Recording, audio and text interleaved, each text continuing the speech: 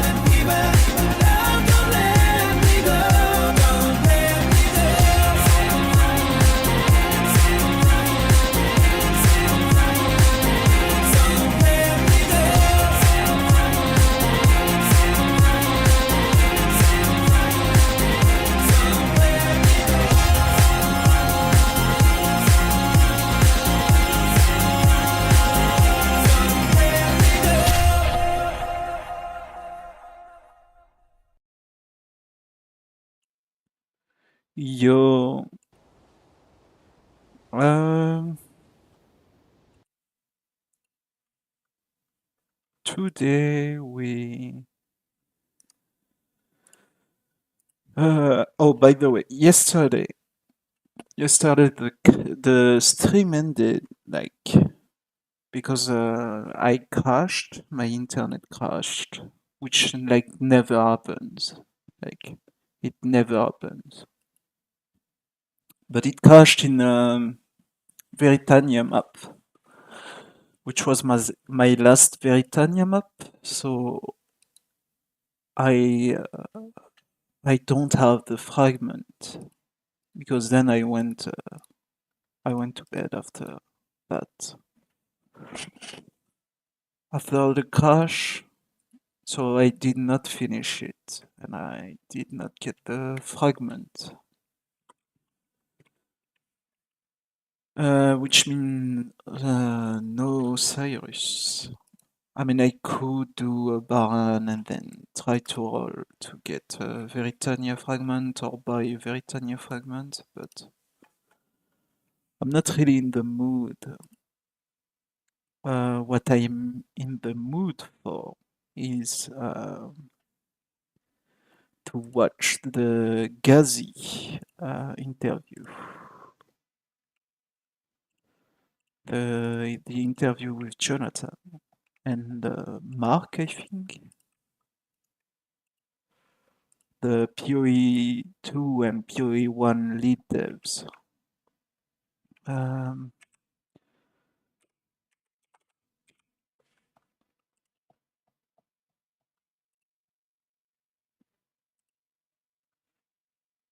Which I guess we are going to watch. Up, let me put up the thing. Wait.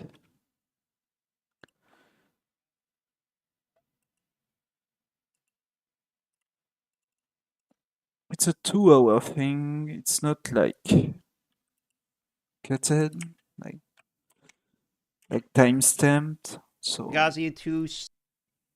whoops. Let me full screen.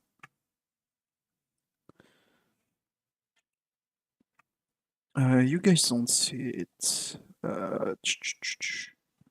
Up. Let me move myself.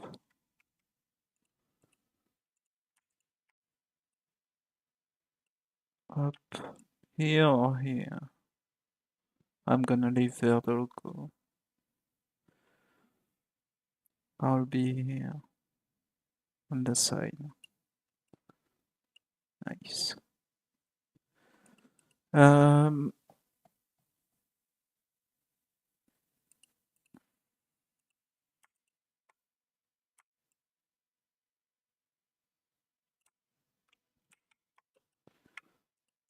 There, that's enough. You know what? There. Boom. Up, locked up.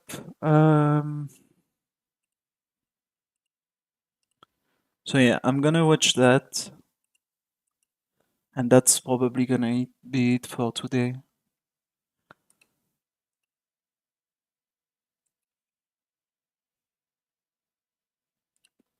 Ghazi to start out this interview. Yeah, hey guys, welcome into the Tavern Talk podcast Probably time to with me and Darth Microtransaction, and we'll begin.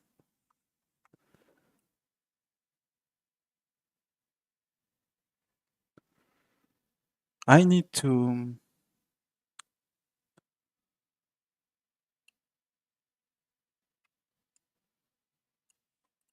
and Robert and make a Mark filter and Jonathan. that lower Let's the get started with this volume episode. Welcome, when guys. I It's been a while since we speak. talked. XCOM was a couple of months back now. Can't wait for the next one. So this Tavern podcast, what we normally do is that we usually call up a friend, and then in that position, we just have a main topic. In this time, it's going to be Path Exile 2, and then we just see where the conversation goes. However, we do have a little bit of a good opportunity to provide some answers for the community regarding Path Exile 2, so we plan on doing this one slightly different. DM can explain that. Yeah, so because there is sort of a split of expertise here, Ghazi is definitely a long-term veteran in the game, whereas I'm newer into the community. The way we're going to split the questions is mine are going to be a little bit more surface level, kind of generic, type of things, and Ghazi's going to really touch on the more technical type of questions is sort of the plan with it here. So first thing I want to do is say thank you for coming. Appreciate you guys agreeing to be on the podcast and coming out here as well. And I wanted to open it with a very open-ended, easy question to get it rolling, which is is there anything that you were really excited to share that you haven't been asked on any of the previous podcasts yet that you're kind of really hoping that someone would bring up?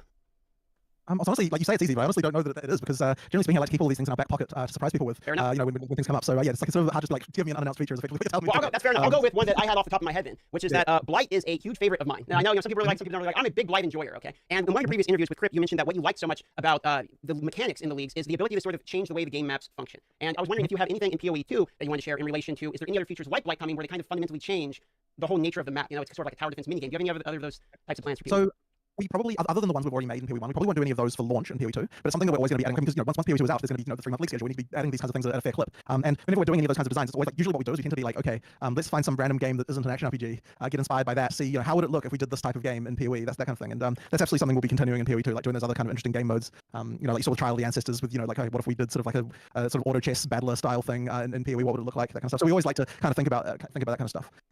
There are a few things. I guess I probably shouldn't say too much about them. There are a few things that in PoE 2 that will be a little bit familiar, but also a little bit different along these lines. But they're not technically new in the sense that like they're similar stuff to what we've done before. But there are a few things like that going on. But I mean, there'll be lots more of that stuff when we get into league content for sure.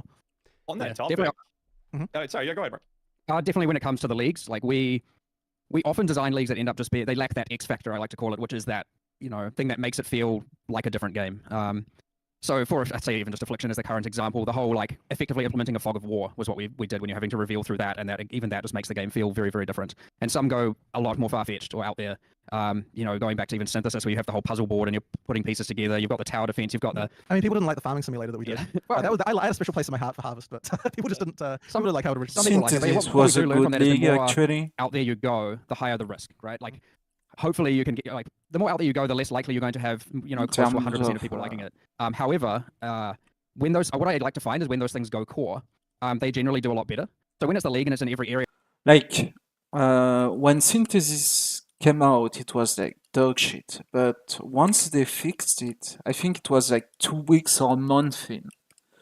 Once they finally fixed it, it was actually a good system. Like, Delve or Ice. I think I would have preferred to have like Synthesis in the game rather than like Ice. Honestly, as a system, I think it would have been like more fun, especially if you were able to trade your like pieces of puzzles and shit. Synthesis would have been a very interesting and fun league.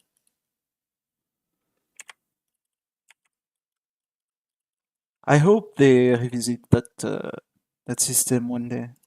And it's something out there, you get very polarizing. Someone either loves it or hates it.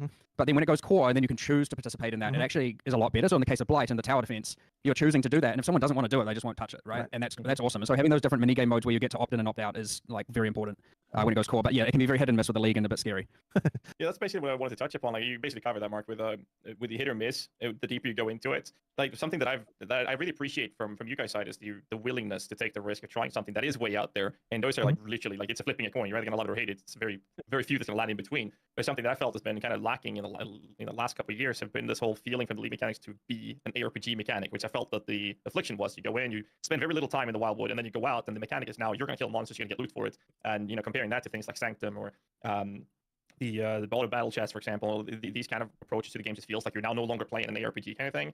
Is that something you take into consideration when you're coming into the implementation? Sanctum is a dog shit league.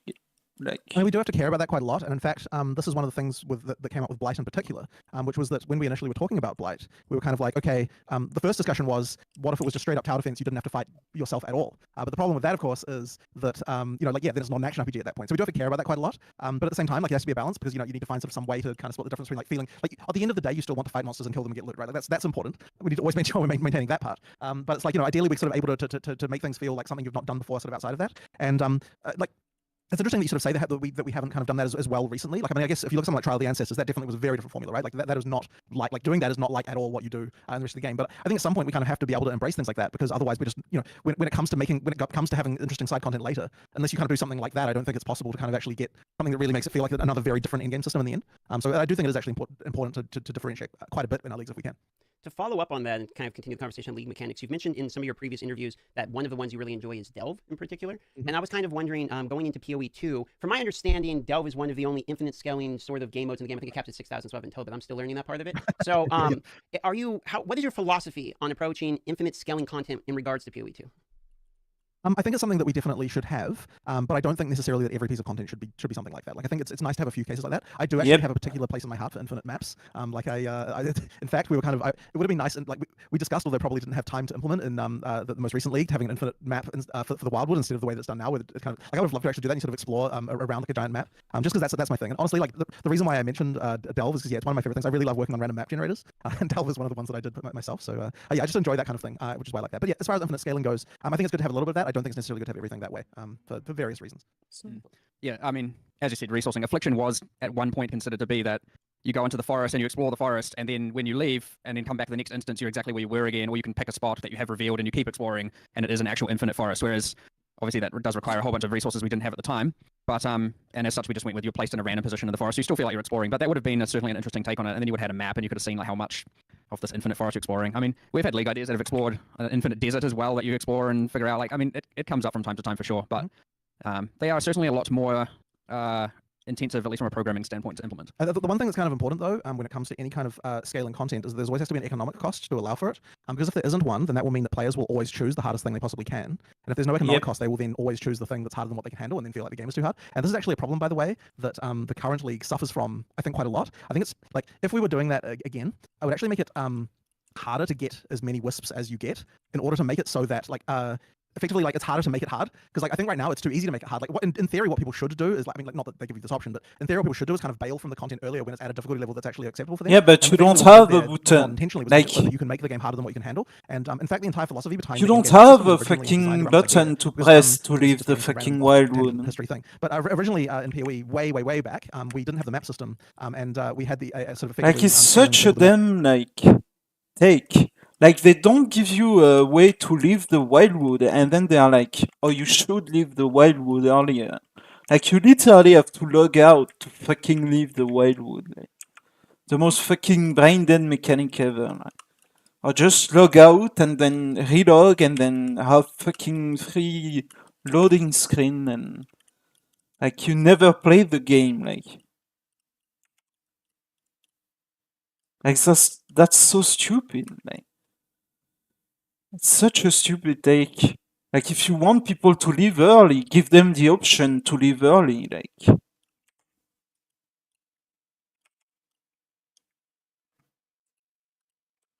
From of chaos that you could go through.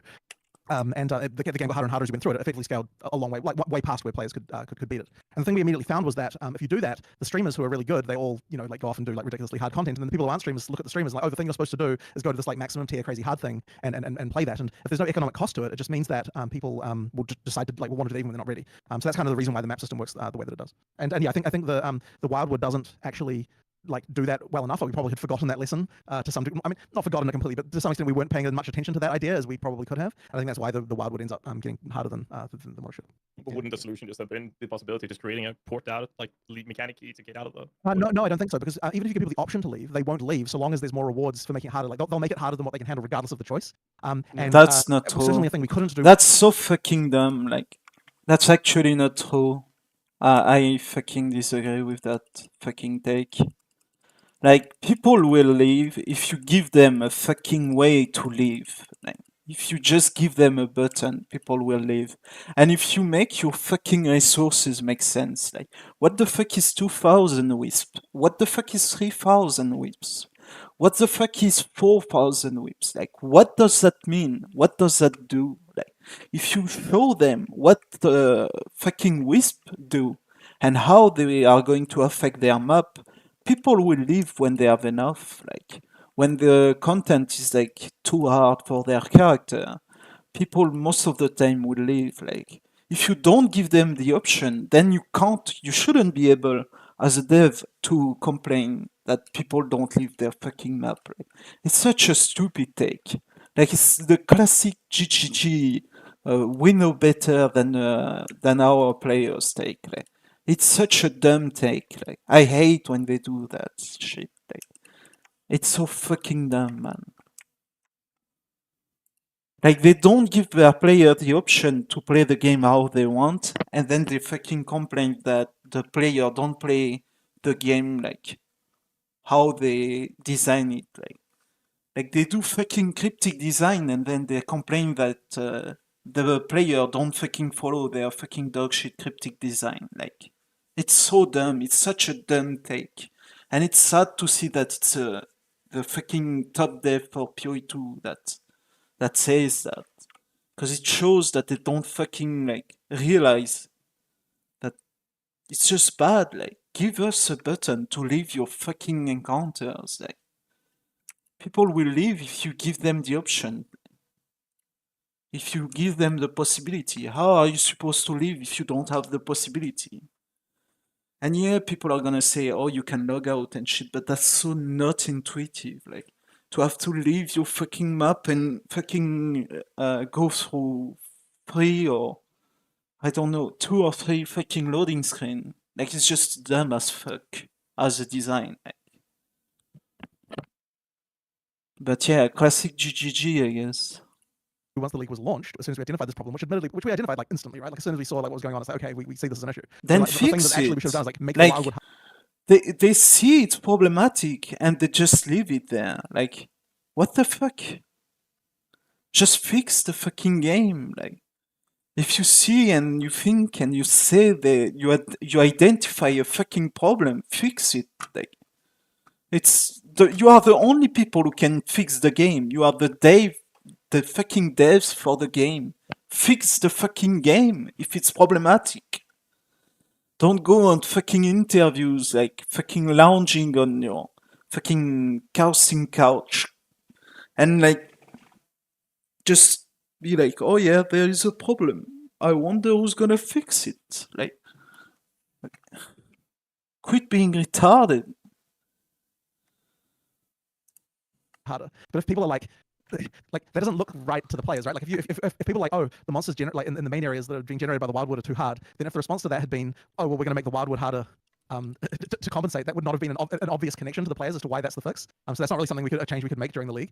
So basically, if that league were to come back, then that's the kind of change we would make, and they would effectively try to find a way to make it mechanically so that the more wisps that you get, the harder it is to sustain the wood itself, so that you kind of get to a natural point of where you can't continue, and then that kind of makes then when you go back to the main area, the monsters would be presumably lifted to then the point where you've demonstrated the fact you've got the capability to kill them. So I think that would kind of be the way to kind of make that work a bit better. I mean, the main point there being you shouldn't be able to just freely set your difficulty. You should have to earn that difficulty. Right, and the way you earn it is by demonstrating your competence in defeating stuff of that difficulty, basically. So yeah. Speaking of difficulty, that kind of brings me to another question I had is, as a newer learning player myself of the game, I find it difficult sometimes to understand where I am failing in terms of death. So for instance, I died to Detonate Dead and lost my hardcore, and it took me a while to even learn that what I died to was these red lines, detonate, explosion corpses. So going into Path of Exile 2, what is your stance and kind of philosophy behind trying to teach people what it is they're failing to accomplish to continue progressing through this harder content you're mentioning? So there are a couple of things there I will say in particular. One is that, just to be completely clear about this, the way Detonate Dead is in PoE 1 isn't good, and Mark has a specific plan. I think he's even going to change it in PoE 1 before too long, which I don't know if you're happy to talk about. Yeah, I mean, ultimately, you got two corpses on the ground, and they look like they're just two different bodies, and you don't know the life of those bodies on the ground, especially with the current just AoEing things down. And it is always bad for something like one of those things might deal 1,000,000 damage, and the other might deal 100 damage, and you don't know. And so the problem with Detonate Dead right now is, yes, you cannot. I mean, aside from the fact 1,000,000 damage is probably unacceptable outside of the context of some bosses. You can't tell which of those is going to deal more damage. So we need to make sure that Detonate Dead, and I've spoken to other designers about this, and the tasks have been made to change this. There is a clear difference in telegraphing, or at least danger. Like you can see this thing is going to do a lot of damage, and this thing is going to do a small amount of damage before that damage is dealt. Whereas right now, both look identical. So if you take like Alira's DD, for example, or like Malagiro's, you've just got the exact same telegraphing on every corpse, and the exact same timing on every corpse, and yet one of those corpses might deal 100 times the damage of another, and you just don't know. So you were saying about having like red flashes was like beep, beep, beep, beep, getting stronger and stronger, and then the amount of time that it takes is longer when the corpse has more life. So you've got more time to get out of the way, the larger the corpse is. So you kind of get this like the telegraph actually changes based on the amount of life in the corpse. And that way, Detonate Dead will be more visibly easier to understand. You'll be able to dodge it when it matters and this kind of stuff. You should see it and go, that will kill me, and that will not, probably won't kill me. Yeah, so Detonate Dead certainly bad in particular, but probably the thing you really were after was the whole like some kind of screen when you die that shows you kind of what killed you and so on. And it's something that I did discuss on Reddit a bit recently, but I guess I can go a little bit more into that. So the thing I was saying was basically that getting some of the way there is easy. Like saying like, okay, like fire damage killed me. That's easy, right? Like we can make that happen really, really quickly. But the problem with that is that like, okay, it doesn't really get to the core of a lot of what really kills you. And I think it's important, like if you're gonna have something like this, to really sort of tell you like why. So I think we can say like, yeah, like fire damage killed you. We can say like, we could even say with more effort, I think we could say like the skill of the boss killed you, right? But I think that's sort of fairly obvious as well. The harder part is, okay, shock is what killed you, because like when shock is on you, obviously you take more damage, right? How do you express that to the player? How do you let someone know that, oh, the shock that you had on you was responsible for a certain percentage of the damage that you received? Sure, like, what the want to say, like an debuff ideal from death the screen that dead. existed would be like, okay, this debuff was responsible for 20,000 damage or something like that, like this like it actually would say that. But Like, just show the debuff and the values of the debuff the player had when he died. It's not that fucking hard. Like, you take a screenshot at the just before death and you show it. Like, that way people know like the values and shit, and they are like, oh yeah, I took that much damage. If I didn't have that fucking shock on me, maybe I would still be alive. And then they fix their fucking shock like immunity or avoidance.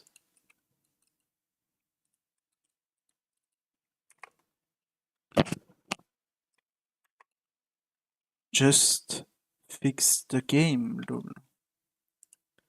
I'm gonna slow it down.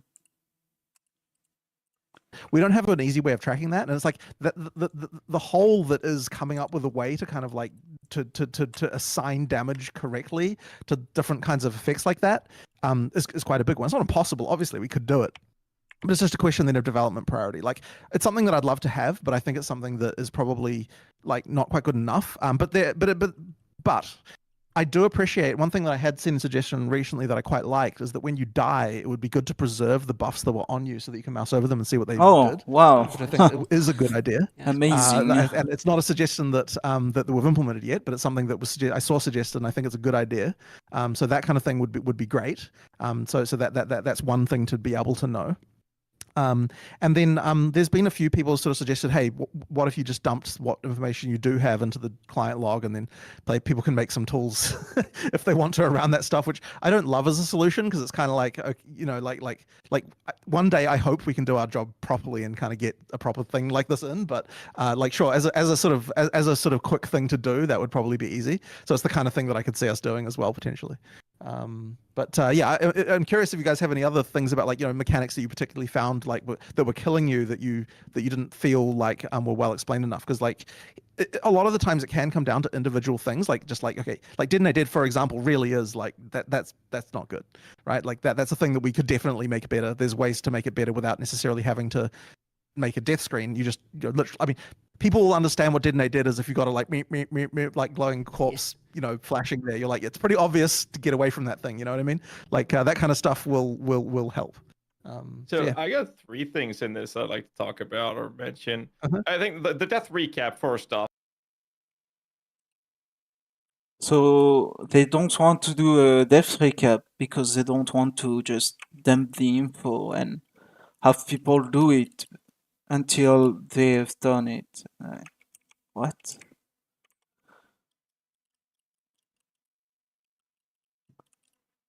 I don't know. I don't know why all of the sudden, like, as soon as it's about like dying and death recap and shit, it's problematic to have a third party tool when for everything else you have third party tools. Paths of building, fucking filters, fucking data, fucking wiki, fucking everything is third party. Like, you remove the third party tools, the game is unplayable almost. Like, and then just for the death recap, all of a sudden third party is a problem. Like, what? Why? Like, even the fucking thread website was fucking third party for a long fucking time until it was problematic. Fucking TFT has been like a third party shit for so fucking long because the third party, because the fucking official website is not good enough. Because there is one fucking dude that has to do all the work for the fucking website. Like,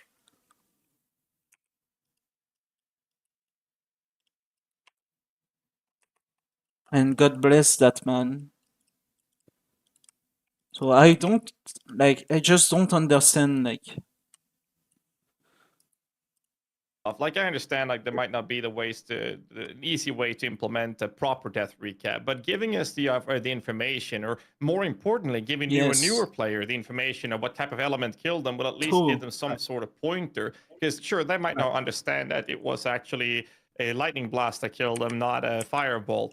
That's fine. But if they go in and they die 600 times to that, they will eventually figure out that 600 or 500 of those deaths was actually to the lightning, not the fire, and they'll look at their lightning defenses. So that's at least to some degree helpful, even if it is because of debuffs and whatnot, which comes into the problems with the UI, forcing us to look at one side of the screen to see what debuffs we had, no time to scroll our mouse over to see what it does, and then look at our HP or we're dead.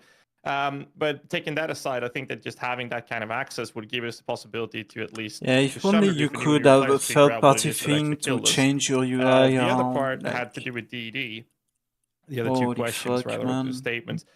First one Have is your this fucking DD, debuff in the middle of the screen visual and shit. improvement. This is planned for PoE2, and then you also want to have this in PoE1. Is that how I understood it? Well, that was mainly for PoE1, but yes, both. And not for player DD, of course, because that obviously doesn't have the telegraphing. It's instant. But but yes. but actually the changes are going into PoE 1 and PoE 2 will probably inherit. I mean, that, to be fair, actually more on that. I actually am not outside of specific bosses. I'm not a huge fan of a lot of. Well, there were some mistakes in the league, in particular, with like there was that stag monster that charges and creates volatiles off the corpses it charges over. There were the green caustic cloud volatiles, like that should not have done corpse damage as it was charging over them. There wasn't even any telegraph. You just died. And then we obviously hotfixed that in and removed that. That was just a straight up mistake. And sorry, Quinn, for your death. But there are certainly cases in where they're doing corpse percent life and they just should not be doing that. I think in the case of like Alera, and I think when you get twinned and one Alera can blow the Alera up, I think that's very cool. And I think context like that, it should stand. But yes, there are certainly a lot of issues. I wouldn't say a lot. There are probably more contexts, and I'm going to audit them all, and where corpse life is being used where it probably shouldn't be. But either way, in the cases where it is going to be used, we will do the telegraphing thing as mentioned earlier. Yeah. So on the topic of clarity or visual clarity, telegraphing, we got to keep in mind, and I feel like this is something that's been kind of forgotten in many fixes and implementations in PoE 1 consistently, which I hope is not going to transfer into PoE 2. We're going to try to stick to PoE 2 topic here. But I do want to point it out that PoE 1 is currently played in a way where the more you see on the screen, the worse your build is. So if you actually have visual clarity, you can be rest assured and guarantee that your build is absolute dog shit. The less you see on the screen, the better your build is. And the less you see on the screen, the less you'll see these well-telegraphed things like DD and whatnot. Because that just means you're not AoEing enough. There's not enough effects on the screen for you to clear effectively. So DDs are super hard to see, and there was a lot of changes with the Volatile Dead before they were actually visible. Crucible is another example with the molten thingies that flew after you. You had to make them, I think it was 2 or 3 iterations of that before they were actually somewhat visible on top of the massive cluster that was happening on the screen with effects flying around, not to mention the bloom issues. And if that's, we don't know how it is to do the endgame of PoE 2, but if that's the same kind of approach with the way we're going to be clearing enemies with a lot of fancy effects, add a bunch of MTX on that, the FPS goes down to single digits, and then we need to stay away from these so-called well-telegraphed abilities. What's the plan to fixing those problems in, I guess, both PoE 1 and PoE 2? Because I think that's a big issue, especially for new and newer players that are supposed to see these things. Yeah, well, it comes down to effectively just making sure that that you're not necessarily incentivized to go to the point where you've got like ridiculous amounts of things like it needs to be somewhat ridiculous because you still need to feel powerful. Like that's important, but we certainly need to improve visual. Visual clarity is a huge part of what we're talking about whenever we're talking about effects. Like there's just a huge amount of that going on. So just to be rest assured, right? Like that is definitely a top tier priority thing as far as we're concerned in PoE 2. But that being said, we still have to make sure that you feel powerful at endgame. Like we do. Like it is important. Sure. There's a lot of discussion I think about like that people always they're going to slow the game down or whatever. But I guess I don't really think about it that way because that's not our goal. Like all we're really doing is like what would a game at endgame look like what does a good game look like at endgame, right? And that game probably looks like it is a bit slower than what the top tier stuff that's going on in PoE 1 is right now. So it's not so much the question of let's slow the game down. It's more like, let's make sure that that it feels, you both feel powerful, but also still have clarity of what's going on at endgame. So that's just an explicit goal, right? And I mean, I also think that it is a problem, even just from the point of view of like, if a new player looks at a stream of Path of Exile and they kind of see, like the crazy crap going on the screen, like they're immediately kind of like, oh my God, I can't even penetrate this. Like, it doesn't even make sense to me, so that obviously has to be, there has to be some kind of something changing here for sure. So yeah, like what I will say is yes, like visual clarity is hugely important. Telegraphing is hugely important. I don't know how to kind of like, really, I guess there's not a lot I can say other than kind of like, trust me, I know, you know what I mean? Like, I understand it's important. I get it. Right. Like that's kind of really all I can say at this point because, you'll have to see it when we get there effectively. But yes, things should be telegraphed. You shouldn't have just random deaths like that. Ideally you would feel like when you do die, it's because you screwed up. That is an explicit goal of ours. Yeah, I mean, it's a hard one to solve. It's a hard one to even really think I mean, about. dodge I roll know is a I good was playing it start last to night, solve right? I like mean, there's what? I don't know. the fucking telegraph shit. 1,500 projectiles per second or some shit going off with tornado shot. Like, I mean, how are you expecting to be able to see anything on top of delirium, opening legions or 3 Oh legions yeah, every 10 fucking seconds, Grey a League. breach, you're clicking strong boxes which are spawning packs. Meanwhile, you've got Beyond Demons spawning left, right, and center. And this is all, of course, under the labels of Chaos Orbs, Divine Orbs, Mage Bloods, Headhunters, and all that are covering your screen with of loot labels. And then I think, as Jonathan said, you accidentally press Alt and then you go back to login screen. Like, I mean, how do you fix that? Like, I know there's the easy answer of like, You don't allow want us to just one turn off issue at a all time. of That's the effects. fun. I know, One I issue- know, one I issue know. at a That's time, what say, people want to play Well, sure, because it that's what is, they are but playing. So I mean, that's fun. there's Doesn't heaps, need it's very fixing. subjective as well. I understand, like, you can't telegraph anything in that circumstance. You're either just instantly dead in some point or you're not. And yeah, I don't know. This is extremely difficult to fix at this point, and extremely like Mark's talking about in a PoE1 context. yes, in PoE 1. Yeah.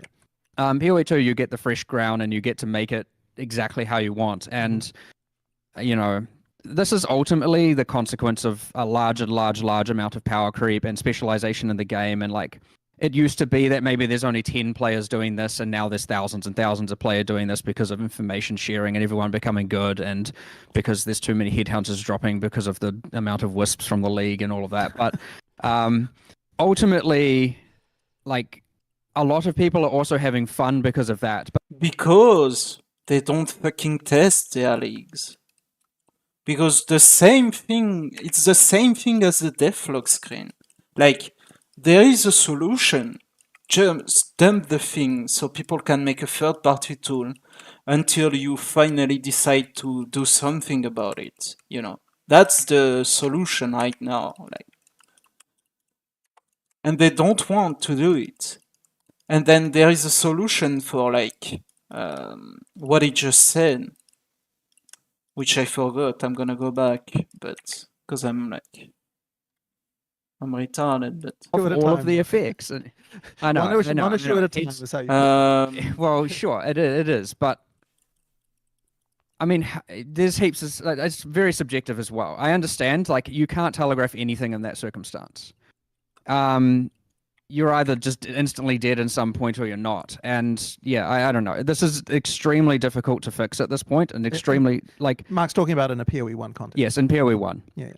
PoE 2, you get the fresh ground and you get to make it exactly how you want. And you know, this is ultimately the consequence of a large amount of power creep and specialization in the game. And like, it used to be that maybe there's only 10 players doing this, and now there's thousands and thousands of players doing this because of information sharing and everyone becoming good, and because there's too many headhunters yeah, dropping they don't because test of their the amount of fucking wisps league. from the That's league what I and all was of that. thinking. But Okay, so there is a way to fix the abnormal or the too much spawning of the fucking wisps, and it's to have fucking people who actually test your leagues. But they don't do it because they have to have people who sign NDAs, and they don't want to have people to sign NDAs. Because then, if people breach their NDA, they have to sue and shit. They explained it like they didn't say it like that way, I think, but they explained something similar to that. That they don't want to have people to sign NDAs for some fucking reason. Which, like, it's the fix. Like, you take fucking playtester, people who fucking gigajuice shit, people who theory craft shit, like, and then you have them play the league and test the league and then fucking give you feedback, and you do your fucking job as a dev and you balance that shit. And you don't fucking throw away the league. And then after 2 weeks, you completely abandon it, and it's in a fucking dog shit taste for 3 months. Like, there is a fix, like the fucking dev screen, devlog. There is a fucking fix to that. They just don't want to do it for some fucking reason. You know?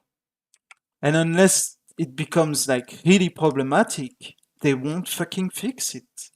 Even though there is a way to fix it, like they know how to fix it, but they just won't. Because they know and the player don't, they are the PoE devs, like they have the vision, like fucking Jesus Christ, the Lord gave them the right way to fucking do a video game, and now they know, and other fucking devs and other fucking people don't know. Even the people who fucking play their game fucking 12 hours per day don't know, apparently. They know better.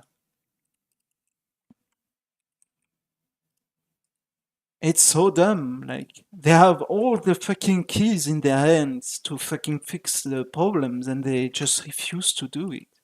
It's just the dumbest shit ever. Ultimately, like, a lot of people are also having fun because of that. But then you get into this thing, which is how do you telegraph and how do you communicate when that's going on? Yet if you take all of that away, that is the fun people are having. And so it's almost like these things come hand in hand, and then you have to do... The solution is make a sequel. I suppose so. Yeah. That is the solution.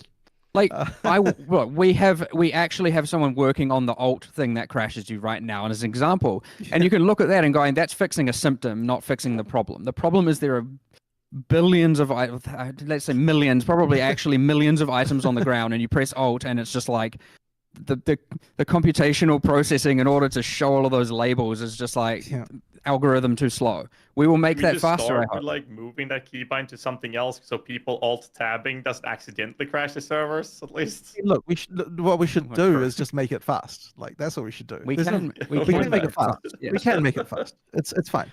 Like the algorithm for laying out the item hovers was not supposed to be a problem. Like, that was not supposed to be something that was going to be a concern. But yeah, it eventually became one. But look, we will. Sorry, go for it. No, I was just curious if this is also like a problem that has like emerged out of the later years, similar to how the game is unable to calculate more than 2.2 billion a minute, since the poison caps being reached nowadays compared to when we started off, a decade ago. Yeah, they're just limits that we reach. I mean, look, so the algorithm, to get technical and computer sciencey here for a second here, the algorithm for laying out item hovers is not a linear algorithm. It is a superlinear algorithm, which means that the more hovers there are, the longer it takes to calculate each one. And when you've got an algorithm like that, it breaks down at some point, right? Like, so yeah, that's the issue. So we'll fix that, but whatever. Anyway, side note. But yes, the cap you're talking about is literally just like the like 32-bit number cap, and the reason it's the number that it is because I believe that we store it as like damage per minute. Is that yeah, that's right. There are actually ways to deal with that. Like life, for example, can scale above that can scale higher than 4 billion, right? Was there not a fix to that? Yeah, I think we did something where we had like 2 stats for life, so that one can be like the overflow of the other, like something like that. So yeah, anyway, yeah, we should probably. Yeah, so to bring it back to the PoE 2 point here, and you were talking a little bit earlier about clarity, and you mentioned new players, and I still kind of feel like a little bit of a new player myself, and one of the difficulties I've had as I've been getting into learning Path of Exile is trying to understand defensive layers and how like armor works and how evasion works, etc. Right. So I'm wondering, when we go into PoE 2, is there any plans in regards to maybe a little bit more detail in defensive structure, particularly? Like when I was looking at armor, it says, well, this reduces your physical damage reduction. But then, I have a million people in chat spamming me, well, that's not really the way it works. And I got to kind of trust somebody else to teach me it, in other words. I agree we need more information in the game. And actually, this brings up another point as well, which is that in PoE 2, we're really trying to reduce the amount of hidden mechanics. Like we're trying to make sure that whenever that like ideally, if there's something hidden, we either remove the hidden thing or we describe the hidden thing. We don't have any kind of like sort of weird implicit stuff. Ideally, I think there might be like 1 or 2, like in the whole game, like 1 or 2 things that are actually hidden remaining, like very, very little. We're really trying to make it all explicit. And the other thing as well is that we are going to try and attempt to put more of this information in the game in some way. I don't have a full explanation of exactly that yet, but that is something that we want to be able to do. AKA, so it's not yeah, like happening. it's I get your issue. So, and ultimately, the thing you really need to know about armor, I guess, if that's one of the ones you're talking about, is like the fact that big hits get through it and small hits don't get through it as much, right? That's kind of the main thing you want to hear, I guess. And like, that should be something that the game should say more explicitly. I absolutely agree. So we'll make sure we find a way to do that in PoE 2 because it is important, I think. And that just comes along with a lot of the sort of new player experience type of testing that, like, it's funny because we never in PoE 1 we never really actually truly did that. Like, we did it in, like, we read feedback and did stuff like that, but we never really actually sat people who have never played an action RPG down and like said, hey, how do you think this works? Like, that kind of stuff. And it's something that we're actually going to be explicitly doing for PoE 2, like to actually do like proper usability lab testing of like, okay, here's a random person off the street. How do you understand how armor works? So I guess we'll have to see how that works out for us. But yeah. How are you gonna make this work with minions and proxies like totem mines and traps? 'Cause Fucking people still ask spectre. me after a decade if fire damage scales raging spirits. Like, how are you gonna Right, make so that work without like I- creating I- a well, so Bible long I tutorial? I actually have some answers in this regard. So this is actually another thing that I think is another point that's come up a lot recently about the passive tree, and like is it understandable, this kind of thing, and we definitely agree that there are issues there. Like I think the mechanically the passive tree is easy enough to understand in terms of like, you allocate points, you get you get stats. Like, that's pretty obvious, right? So it's really just a question that comes down to like, what are the stats doing for me? And we talked about this for quite a while, and we kind of came up with an idea of like, maybe what we actually need to do is whenever you hover over a skill in the passive tree, it should tell you what the DPS change will be on all of your skills. And that way you will actually know, like, when you see a node, like, okay, does this node get a help? Wait. Is he saying that you actually need POB inside PoE to play PoE? Is that what he's trying to say?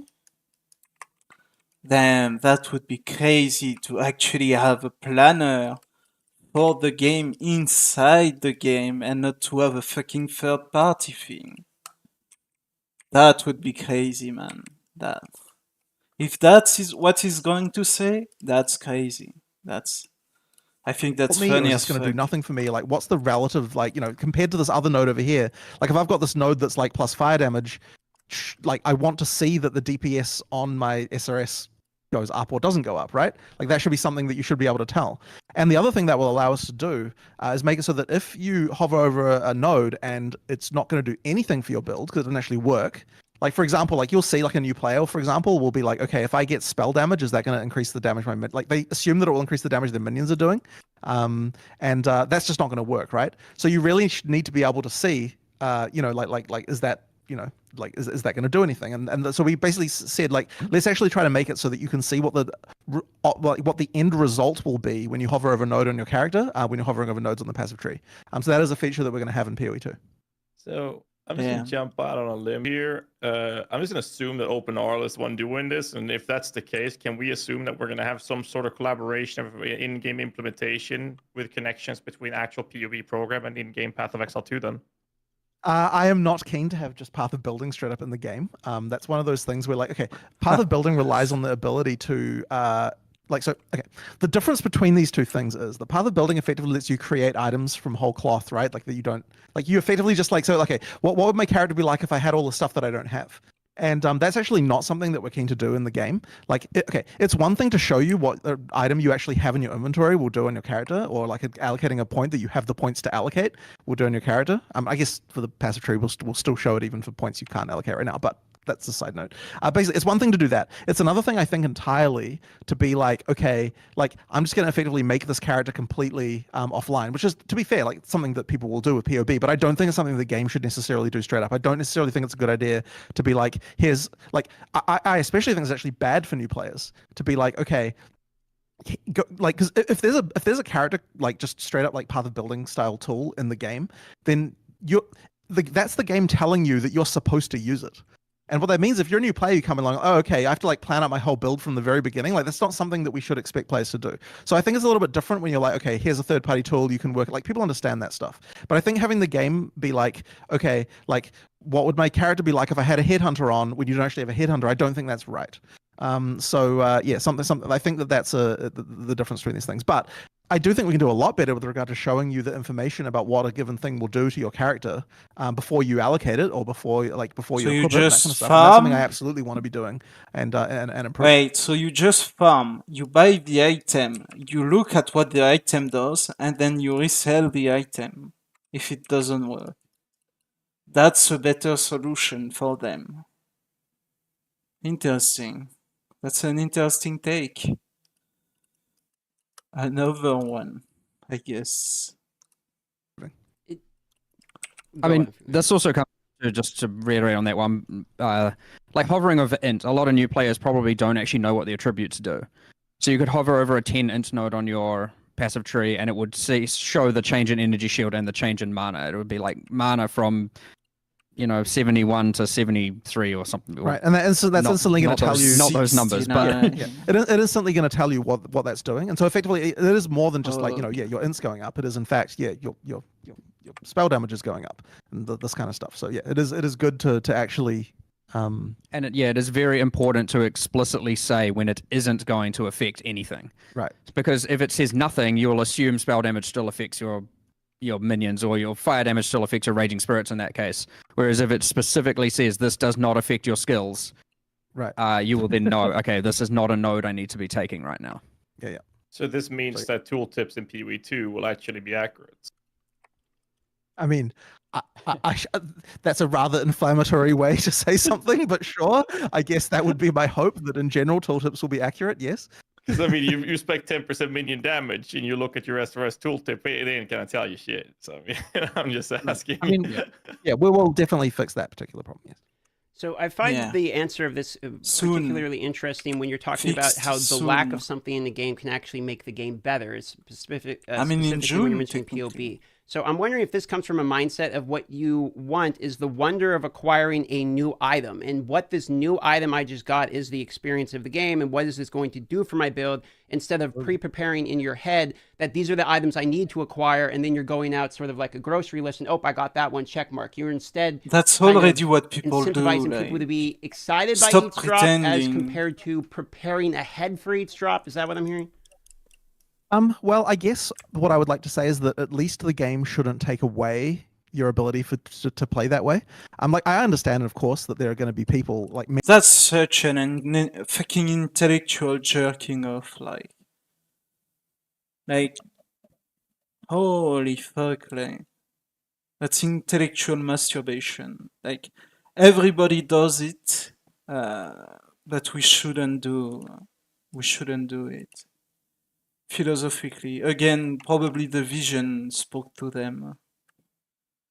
They were fucking illuminated or some shit, enlightened. The vision told them that they shouldn't put the POB inside PoE. They should just have it fucking everywhere outside. But then they don't like third-party tools, Like, everybody's like playing with POB on the side, but they don't like third-party tools for fucking useful shit like devlogs and shit. What a dumb fucking vision. Like, many people who just like they want to look online for a build guide, they want to follow that build guide, and that's how they find that fun, and that's fine, right? Like, that's absolutely fine. If that's what you want to do, that's fine. Sorry, I'm saying that's fine too much, but whatever. All good there. But I do think that it is important that the game not sort of like allows you to have that organic experience of just playing it and discovering things. I think it's important that the game doesn't take the mystery out too early, as far as that stuff goes, and that's why I think that's why something like Path of Building just can't be integrated directly into the game client like that. There are a few other things like this where, like, okay, so this is a random one. Like, a lot of people have asked us. So in we have like we made a system a while back which will probably will put this in PoE 2, where you can get a file like a build file and import it, and then it will like highlight the nodes on your tree that you're supposed to. That it's like a plan for what to allocate. And this is the kind of thing where, once again, I'm fine. Oh with yeah, they are fine with that, but they don't want you to be able to automatically like allocate your shit and level up. They want you to do it manually. I remember that shit. That was a good meme too. That was a Vision TM meme. Like, so funny. Like, the feature like this, so long as a new player doesn't see that and is like, okay, well, I'm expected to like plan my whole build now. You know what I mean? So like, this is the kind of thing where like I'm cool but with the you idea are. of like, if you've got a It's build, so fucking dumb that he says that. Like, you literally have to plan a leveling skill for the leveling skill of your leveling skill to be able to play the game in a decent way.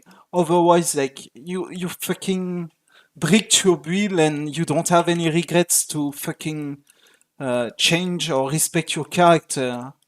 And then you're fucking stuck and you have to fucking drag your fucking god killer ass to fucking maps with a dog shit character. Like, it's so dumb. It's such a dumb take. Like, it just screams, I don't play the game. Like it's such a dumb take. You literally have to plan a fucking leveling skill to the leveling skill of your fucking leveling skill. And with no fucking respect and shit. And then they expect new player to enjoy fucking breaking a character, restarting, breaking another character, restarting. All of that to spend fucking 12 hours in a fucking campaign and then discover that the end game is a fucking map system. Like, it's so dumb. Like, you want people to fucking in the 70 fucking hour, 10 hours a day for a whole week before they can even reach the fucking map and where the fun fucking actually starts. Like, that's what they want. It's just so dumb. Like, fucking arbitrary, like, barrier to entry, like, limitation, retarded shit. Like, it's so dumb. Like, we want new players to be able to play the game, and then they put all that shit up so that people actually can't enjoy the fucking game. It's so dumb. So fucking retarded. you can export that, and then if you go to a website and you like download this file and then like import it into your game somehow, you can get that. But I'm less fine with the idea that just immediately, like, you're like, okay, we're going to give you a tutorial on like how to pre-allocate skills before you've actually, before you've actually got the points for it and this kind of thing. Just because once again, you get that thing where it's like, okay, now I'm like, I feel like I need to do this. So UI like that, I think, needs to be kind of like, maybe not hidden is not the right word, but certainly not surfaced to a player who isn't ready to know that. Oh, yeah. Whereas if you go to the forums, they're Man, like, okay, download. like, he literally just said fucking 10 minutes ago, we want shit to not be hidden in the game. Like, and then they're like, oh yeah, we want to hide a bunch of shit in the game so that new players are not fucking scared. Like, it's so dumb. It's so fucking dumb. Like, he says everything and its contrary in fucking 10 minutes. Like, I don't even know why I watch that shit. Like, I've said that before, but every time I watch something for PoE2, it's like worse and worse. And it's fucking true. Like he said just fucking 10 minutes ago, we are like making sure that everything is clear so that new players are not intimidated and they know what they are dealing with.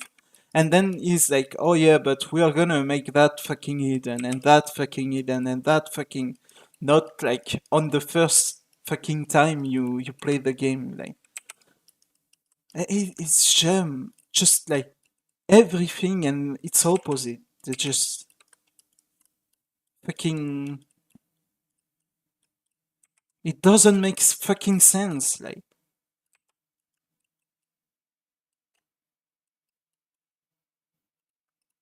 this like this build file and then double click it and it's going to go into your game. That's the kind of thing where like that's fine because you've already shown us the fact that you're like seeking this out. You know, you are looking for this, and then once you've done that, then it's like, well, yeah, okay, that's fine. We can have this kind of feature. But I guess that's kind of like, I guess my mind shows you a little bit of my mindset around this kind of thing. It was a great answer. Thank you.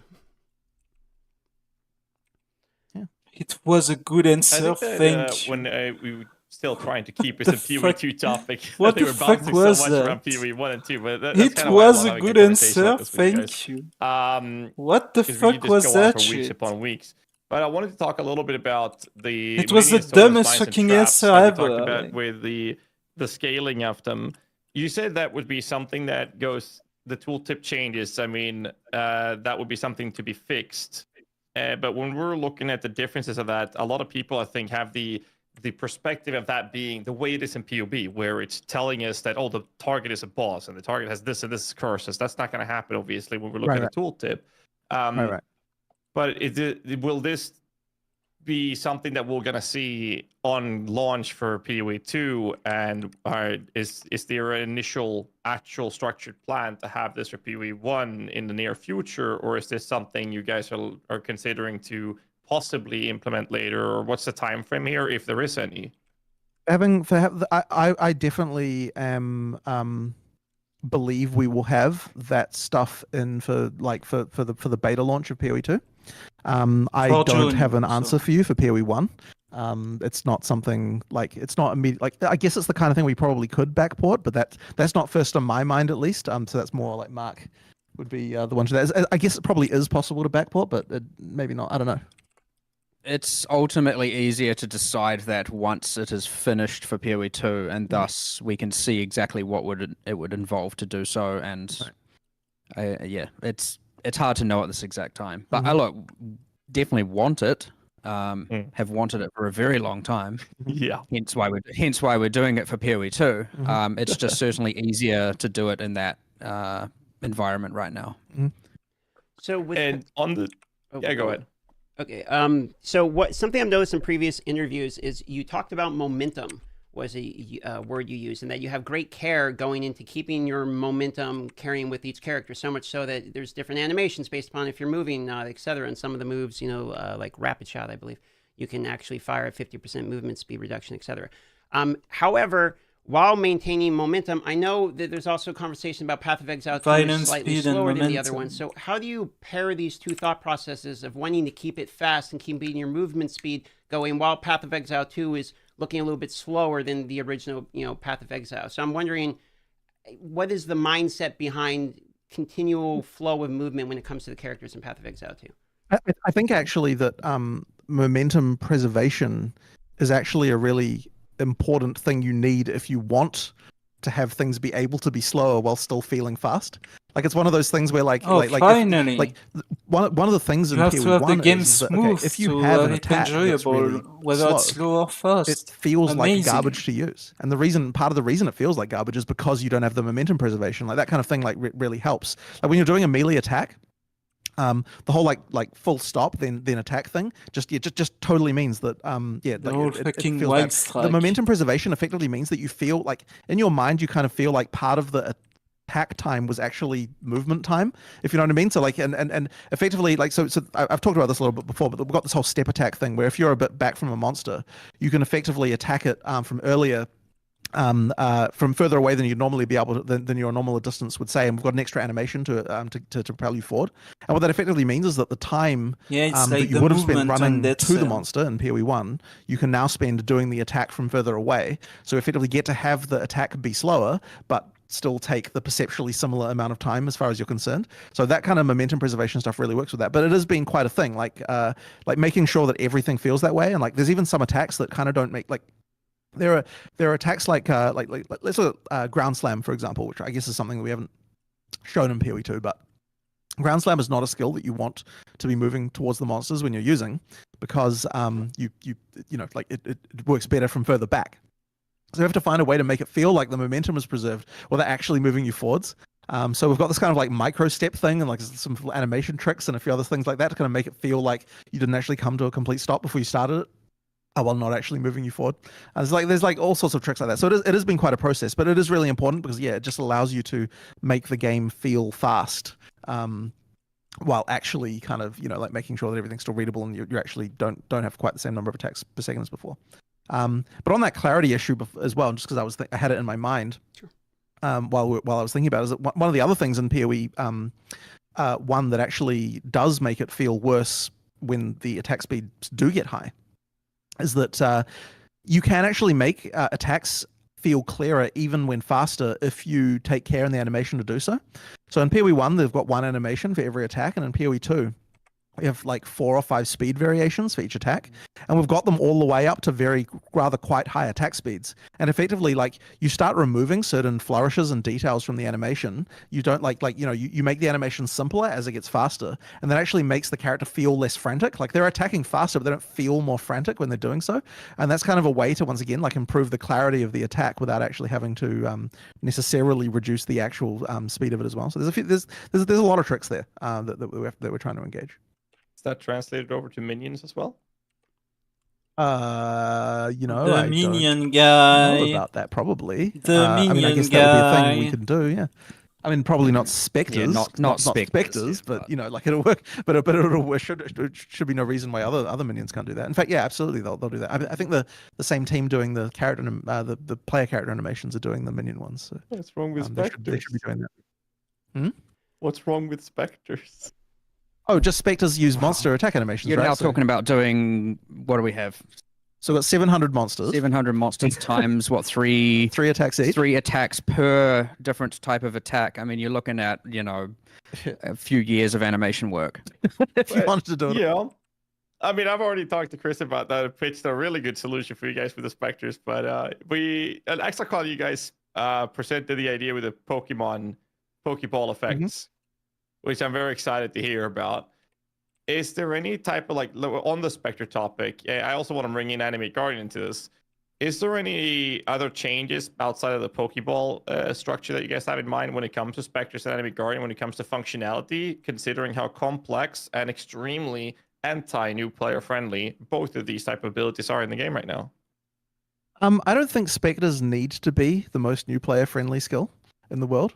Like, it's a kind of thing where, like, it's sure, it matters, but I think that it can be something that is, one of those things that can be a bit complicated. I mean, inherently, just the fact that it's that you're spectering a monster immediately, like, the possibilities open up hugely there as far as what can be going on.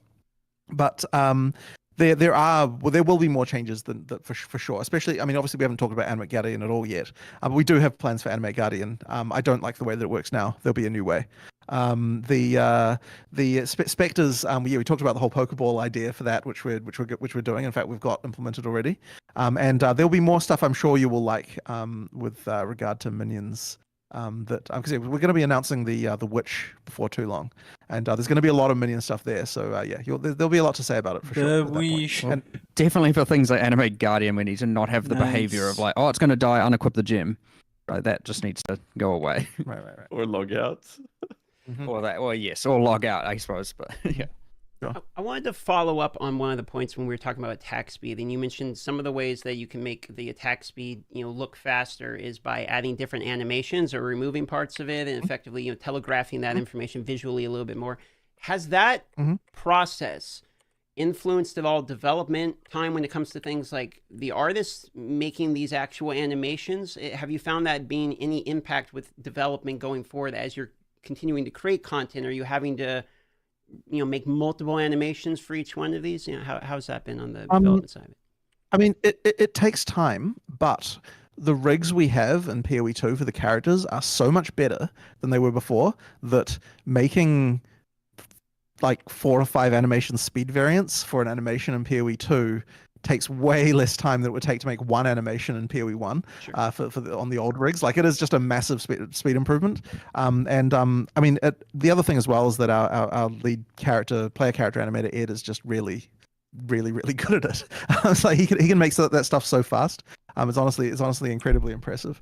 But certainly we do have to care about this because I mean, just the amount of animation that has to go into a single skill is quite high in PoE 2. But you honestly have to do it to make them feel good. Like the level of quality for a player skill is so much higher than it was in PoE 1 that it just takes there's just a lot more going on with that stuff. And I think the other thing as well, even for boss skills and stuff like that, there's a lot more care being taken these days than there used to be about making sure that like the skills all like respond correctly to like weird stuff happening.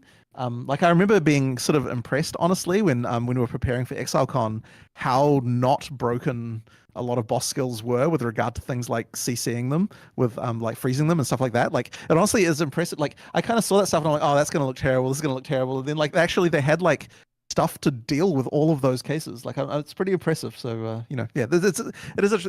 But yeah, having to do all those extra stuff definitely makes development harder. But it is totally worth it in my opinion. Except of course when was in the mercenary demos that boss and she spawns a baby to avoid more gross terminology.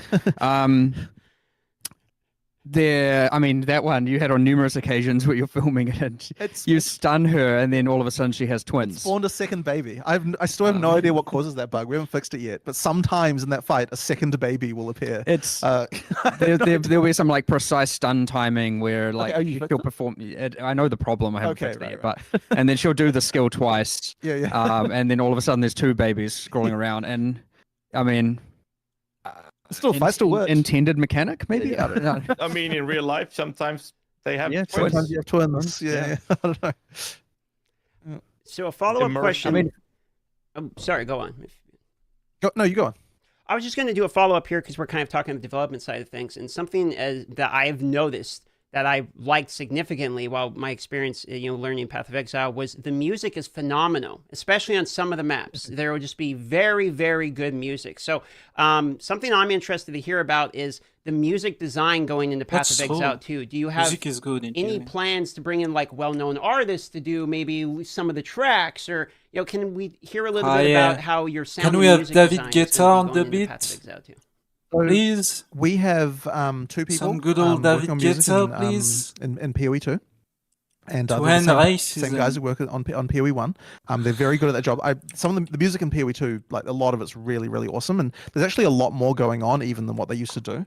Like a lot of really kind of clever stuff going on with boss mechanics. Like they've got like clever stuff going on with phase changes. Like the one on what's the mermaid boss called? Sorry, I can't remember now. Melvane? I think Diamora, the song of death, or the siren of death. Yeah. The phase new change thing when she does her attack. Like there's a specific music cue that happens. Like exactly like it's real awesome. Like honestly, like it's funny because I heard it in the sound booth and I was like, whoa, my god, that was the most epic shit I've ever heard. And unfortunately, it doesn't quite hit as hard on some random headphones that I normally play on. But yeah, they're doing some really cool stuff. Just little stings as well. Like I don't know if you. Like they've got this thing where like, okay, you kill the boss and you get this like little musical sting, and then it like fades down the music for the area for a little while to kind of like give you a bit of space to breathe after the boss is dead, and then like the music will come back in another like 20 seconds later. There's all sorts of little details. So there's actually a lot more effort going in actually to integrating music cues into gameplay events in PoE 2 as well. I just think honestly, Camille in particular is just really, really, really good at that stuff. We're doing what you're talking about how like the boss cues. When I was doing Shaper, you go into the bubble and it doles down the music where it sounds like you got water in your ear or something. And when I noticed that for the first time, it was a super exciting part about that, which is what spawned the question going into Path of Exile 2. But yeah, no, we're doing a lot even more of that stuff in PoE 2. Love that. Yeah, we have. I mean, that's more of a sound, not just music. But like, we have a few other examples like that when you're drowning, like versus the Eater of Worlds. It's your screen starts to go to black and all the noise gets suppressed. It's meant to sound like you're underwater. And like our audio guy at the time, like it was during work from home COVID time, and he sent a video of like he had filled up his kitchen sink and he had like an underwater microphone, and then for the male characters he's dunking his head in the kitchen sink just like going making noises. And then for the female characters, he's got his wife also doing the same. And I'm just like, oh man, the measures these guys go through to get this is amazing. So when you're going through that level of effort, and I mean, sometimes you go next to their desk and he's got a bunch of carrots there. And I'm like, okay, I guess he's just snacking on carrots. And no, he's holding up a microphone and like breaking carrots to make it sound like breaking bones, and I'm like, okay, I suppose sure, I guess that kind of works. Like they go, Optical do they go to some effects are extreme the measures? I know that's not best. really music, but it's still audio adjacent, and it's like so fun to see their process. That's so cool. Another thing I wanted to talk about, we talked about bosses. We mentioned a few bosses from PoE 1, and we know there's going to be a couple of thousand bosses to my understanding in PoE 2. But something I was curious about, this is a community question actually, was if the differences on boss design in PoE 1 versus PoE 2 in the form, or the question will be in the form of the idea of having a simpler version of the boss, say Shaper, and then there would be Uber Shaper, then we have Uber Elder, and then the coined Uber Elder. Like, will there be those type of the boss designs, or are we talking about this is a boss, there's no other versions of it but that version, and if you want to fight something hard, it will have to be a separate unique boss fight? Or are we talking about different levels of difficulty per boss for the end game? Like, what's the plan there for PoE 2? I mean, the short answer is yes, of course there will be Uber content. There will not be, or Uber boss content. There won't necessarily be one for every single boss, but I mean, maps, in the context of PoE 1, it's hard to envision this, but in PoE 2, like maps, technically they are the bosses from the campaign with slight modifications or in different contexts and extra skills and stuff like that. And so just thinking of random, like, you know, there's what used to be the hard back in PoE 1 a while ago, what used to be the hardest content was the core map, and you had the effectively what was Uber Malachi, just not with his own drop pool and stuff like that. So map bosses are already harder versions of campaign bosses. Except obviously in PoE 1's world, those bosses are often easier than the random rare monster you fought outside, which I do consider a problem. Like, it would be nice for the bosses to actually feel a little bit more difficult than what a lot of them currently do. However, when we're actually talking about things like Shaper, more pinnacle content, yes, like the Uber content is great. Personally, one thing I don't like, and I know this is a bit adjacent as well, is that the cost for accessing Shaper and Uber Shaper are identical, which means if Uber Shaper's drop pool is better, the cost of getting to Shaper is always going to be based around the rewards of the Uber content. And so people wanting to do non-Uber content now have to pay more money to get access, or in a trade league world. And I don't like that, and I do want to change that at some point. So that is at least a lesson learned. But like, I've spent the last few days talking with like Andrew and Sean and Damo, a number of our designers, about like, I mean, they have the solution. It's the fucking fragments. Like, Shaper has the fragments from the Guardian, so if you want to do Guardian, you get in fucking fragments for Shaper. And that way, if you don't want to do Shaper, you just sell your fragments. And then when you do Shaper, you have the fragments for Uber Elder. And then if you don't want to, if you just want to do Shaper and don't want to do Uber Elder, you buy Shaper fragments and you sell the fucking Uber Elder fragments. They could do that for fucking Uber Boss. Like, remove them from the fucking Atlas passive tree and add new fragments. And add a new fucking tab for Uber fragments.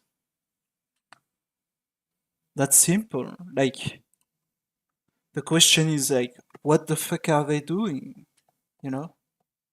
I mean, outside of interviews and... how can we make the next generation of Uber content? And like, I was like pitching things to them, just random thought experiments. I'm like, what would Uber Dominus look like to you? You know, what is like, and then we're just like, what would that be? I mean, you could have things like his Touch of God behaves differently and like maybe actually like disintegrate sections of the arena, and like you could make an Uber Dominus. Like, it's fully doable. One that is equivalent or at the same tier as the current Uber Exarchs and Cirrus, etc. Like, that can be done with probably minimal work, to be perfectly honest. So these are just thought experiments. Again, I just go in these random, I'm playing the game and I just go on these random like, what if we did this, and like just see where it goes. And so yeah, I want even more Uber content in PoE 1. And obviously we want to see a lot more of that going into PoE 2. And I mean, all the way back to Adzeri, I think was our first Uber boss. I mean, that's, you know, the access to that has changed, but it's held the test of time, so to speak. It's not quite in the same ballpark nowadays, but I mean, it's still pretty noteworthy. And given how long it's been there, it's done pretty successfully. I mean, that fight came out before Ascendancies and everything. It was beautiful. One thing I do want to make sure, though, going forward is if we distinguish, I want to make sure that the Uber and non-Uber content, they can have, like, for example, with Elder, you can have the Watcher's Eye and then the 3-modded Watcher's Eye, or a higher chance for Watcher's Eye, or say Forbidden Flesh and Flame, you can have the higher chances. But I would want them to have completely distinct unique item drop pools going forward, as opposed to... I'm gonna speed up a bit because I'm late on schedule. Like an overlap, I would want it to be, and at the same time make them not require the same cost to get in. So that would be a goal if we were to design any going further, just thinking about it now. I just want to mention, for me, in my particular position, where I can't kill Uber, I can kill one of the Uber bosses, can't kill the other Ubers, and I've cleared all the normal bosses at this point, and I'm on softcore trade league. I'm experiencing exactly the issue you mentioned, where it's like, all I really want to do is bossing. I love the bosses. I think they're super fun to do, but when I go to do them, I'm basically losing money to purchase fragments then to do the bossing, so I have to basically farm my own fragments. So the call out that you're saying there specifically, where it's like the Ubers and the other ones will have different pools and be worth it with different fragments, for me, where I'm still kind of newer in the game, I can't just trivialize the Uber boss and stuff. That's very encouraging to hear, I'll be honest. That is good to hear. I suspect there is a good subset of people who like the fact that it's just allocate a node and then they get all the access they ever want. But I do think that was the wrong call. But I'm keen to see what people have to kind of say or weigh in on that one. I've seen a bit of feedback around it before, but I mean, now's the opportunity for people to, voice their opinion on Reddit after this, I guess, and I'll take a look.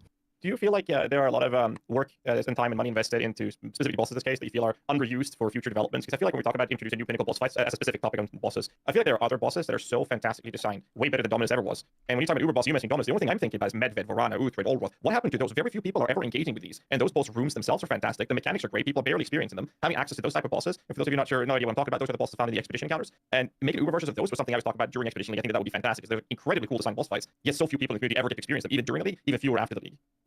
I mean, ultimately, yes, I agree.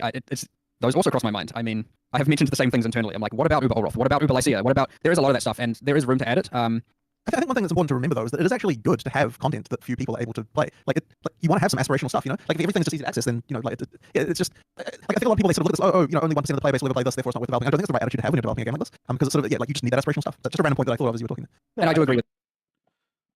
But it's not like aspirational, like it's side stuff that people don't have to experience ever, like unless they spec into that like fucking shit, fucking shit mechanic that's expedition, instead, unless they spec in that shit and they do fucking logbooks and they are into it, people will never play those fucking boss.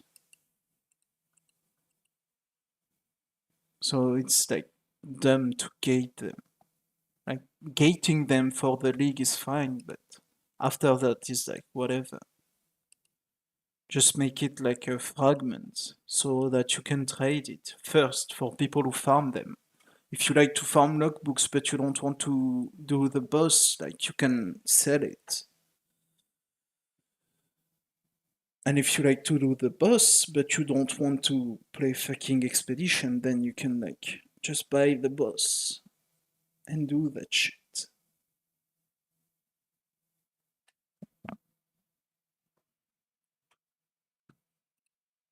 I 100% agree that, like, the moment that all of a sudden Olroth is found outside of Expedition or in some other ways, it also makes then Expedition less worthwhile to play and do, and less fun and less special when, like it can be quite fun when the meta is to do a particular league, and thus there are leagues that barely anyone's doing. But you can be the person then doing it, and because no one's doing it, those drops become valuable in trade, and, like, I mean, Ultimatum, even though it only recently went core, is probably a good example of that, where it's like, I mean, not that many people are doing it right now, and you can see that in the fact that it's like, 7 fertile catalysts to a divine, which you could argue is due to divine inflation as well. But either way, like, you can now be like, I'm just going to be an Ultimatum player and utilize the fact that very few other people are doing.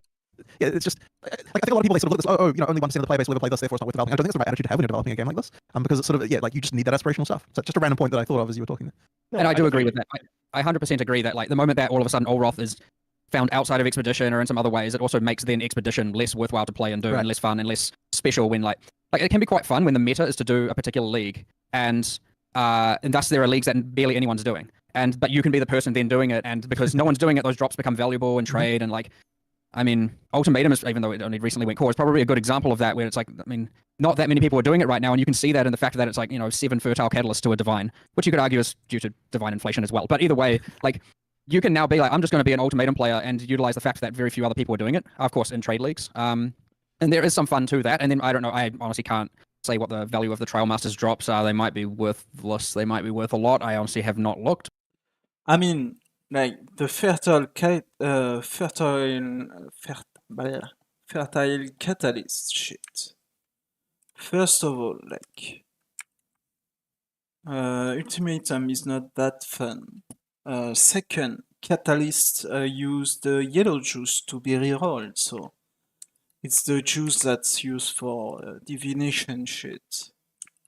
So that explains why the cost is high too. But like, catalysts were rare already when Metamorph was like a thing because nobody was playing Metamorph, right? The reason why they are rare maybe is because like Ultimatum is dog shit mechanic. And people were like, we miss Ultimatum. But the reality is that the league is not that fun. Like, Ultimatum wasn't that good of a mechanic. The reason why people enjoy Ultimatum is because it came just after Ritual, and it was so much fucking better than Ritual as a mechanic. But it doesn't mean that Ultimatum in itself is a good mechanic compared to other more different type of mechanics. In my opinion, Ultimatum is like low on the league tier list. But it can feel special to someone that they are in doing Ultimatum and getting to do that boss fight because he has a drop that's worth a lot and no one else is doing it because, you know, it's not really the in-game meta. Whereas like right now it's very much, I guess, Stygian Spires, for example. And you'll probably find that, not that it ever is really the case, you'll probably find that the drops from those are completely worth absolutely nothing. Something I wanted to check in on as well on this topic. You mentioned it not being worth running the previous version of it, and I feel like, well, what if the regular old expedition would be the source to get access to these uber bosses? But the only thing I keep thinking about when I was about to ask that is a core problem I think I have, which I know you, Jonathan, covered with Crip a little bit. You touched upon it, which was div cards. And I know this is something that brings back to some of the issues that I know that DM you've been encountering when it comes to wealth acquisition. And that is how like stack decks and div cards is allowing players to literally have access to fight uber pinnacle endgame bosses before anyone in a new league start has even reached the white tier maps. That is what the stack decks is allowing us to do in the current state of the game. Mark and I are both rather unhappy with stacked decks. That's probably the only thing that I have to say right now about them. Fair enough. Yeah, there are issues with it for sure. Then drop the Karn. Like, stop there's dropping two-way stack socket. I mean, decks. yes, it was originally Just meant drop to the be Karn. this like reward specifically from Putrid Cloister. And now it's like every second league's reward mechanic, and you're just getting them left, right, and center. But on the other hand, it's very fun to sit there and open them and hope to get the best thing. There's both ups and downs to it for sure. But what I do know They is put fucking RNG shit in the game, and then when players are lucky with it or they are using it like in a clever way, then they are like, oh no, you can't play smart or you can't play. It's like fucking casino with fucking blackjack. Like if you count the Karn and you play like perfect blackjack, the odds are for the player, like very slightly. And so that's why casino ban people that they identify as like card counter, because it's not technically illegal, but you just fuck their fucking business model. And it's like, oh yeah, we put stack deck in, but when it benefits people, then we are unhappy with stack decks. Like that's just the dumbest shit ever too. Like then don't make RNG shit. Like stop making RNG fucking trash mechanics.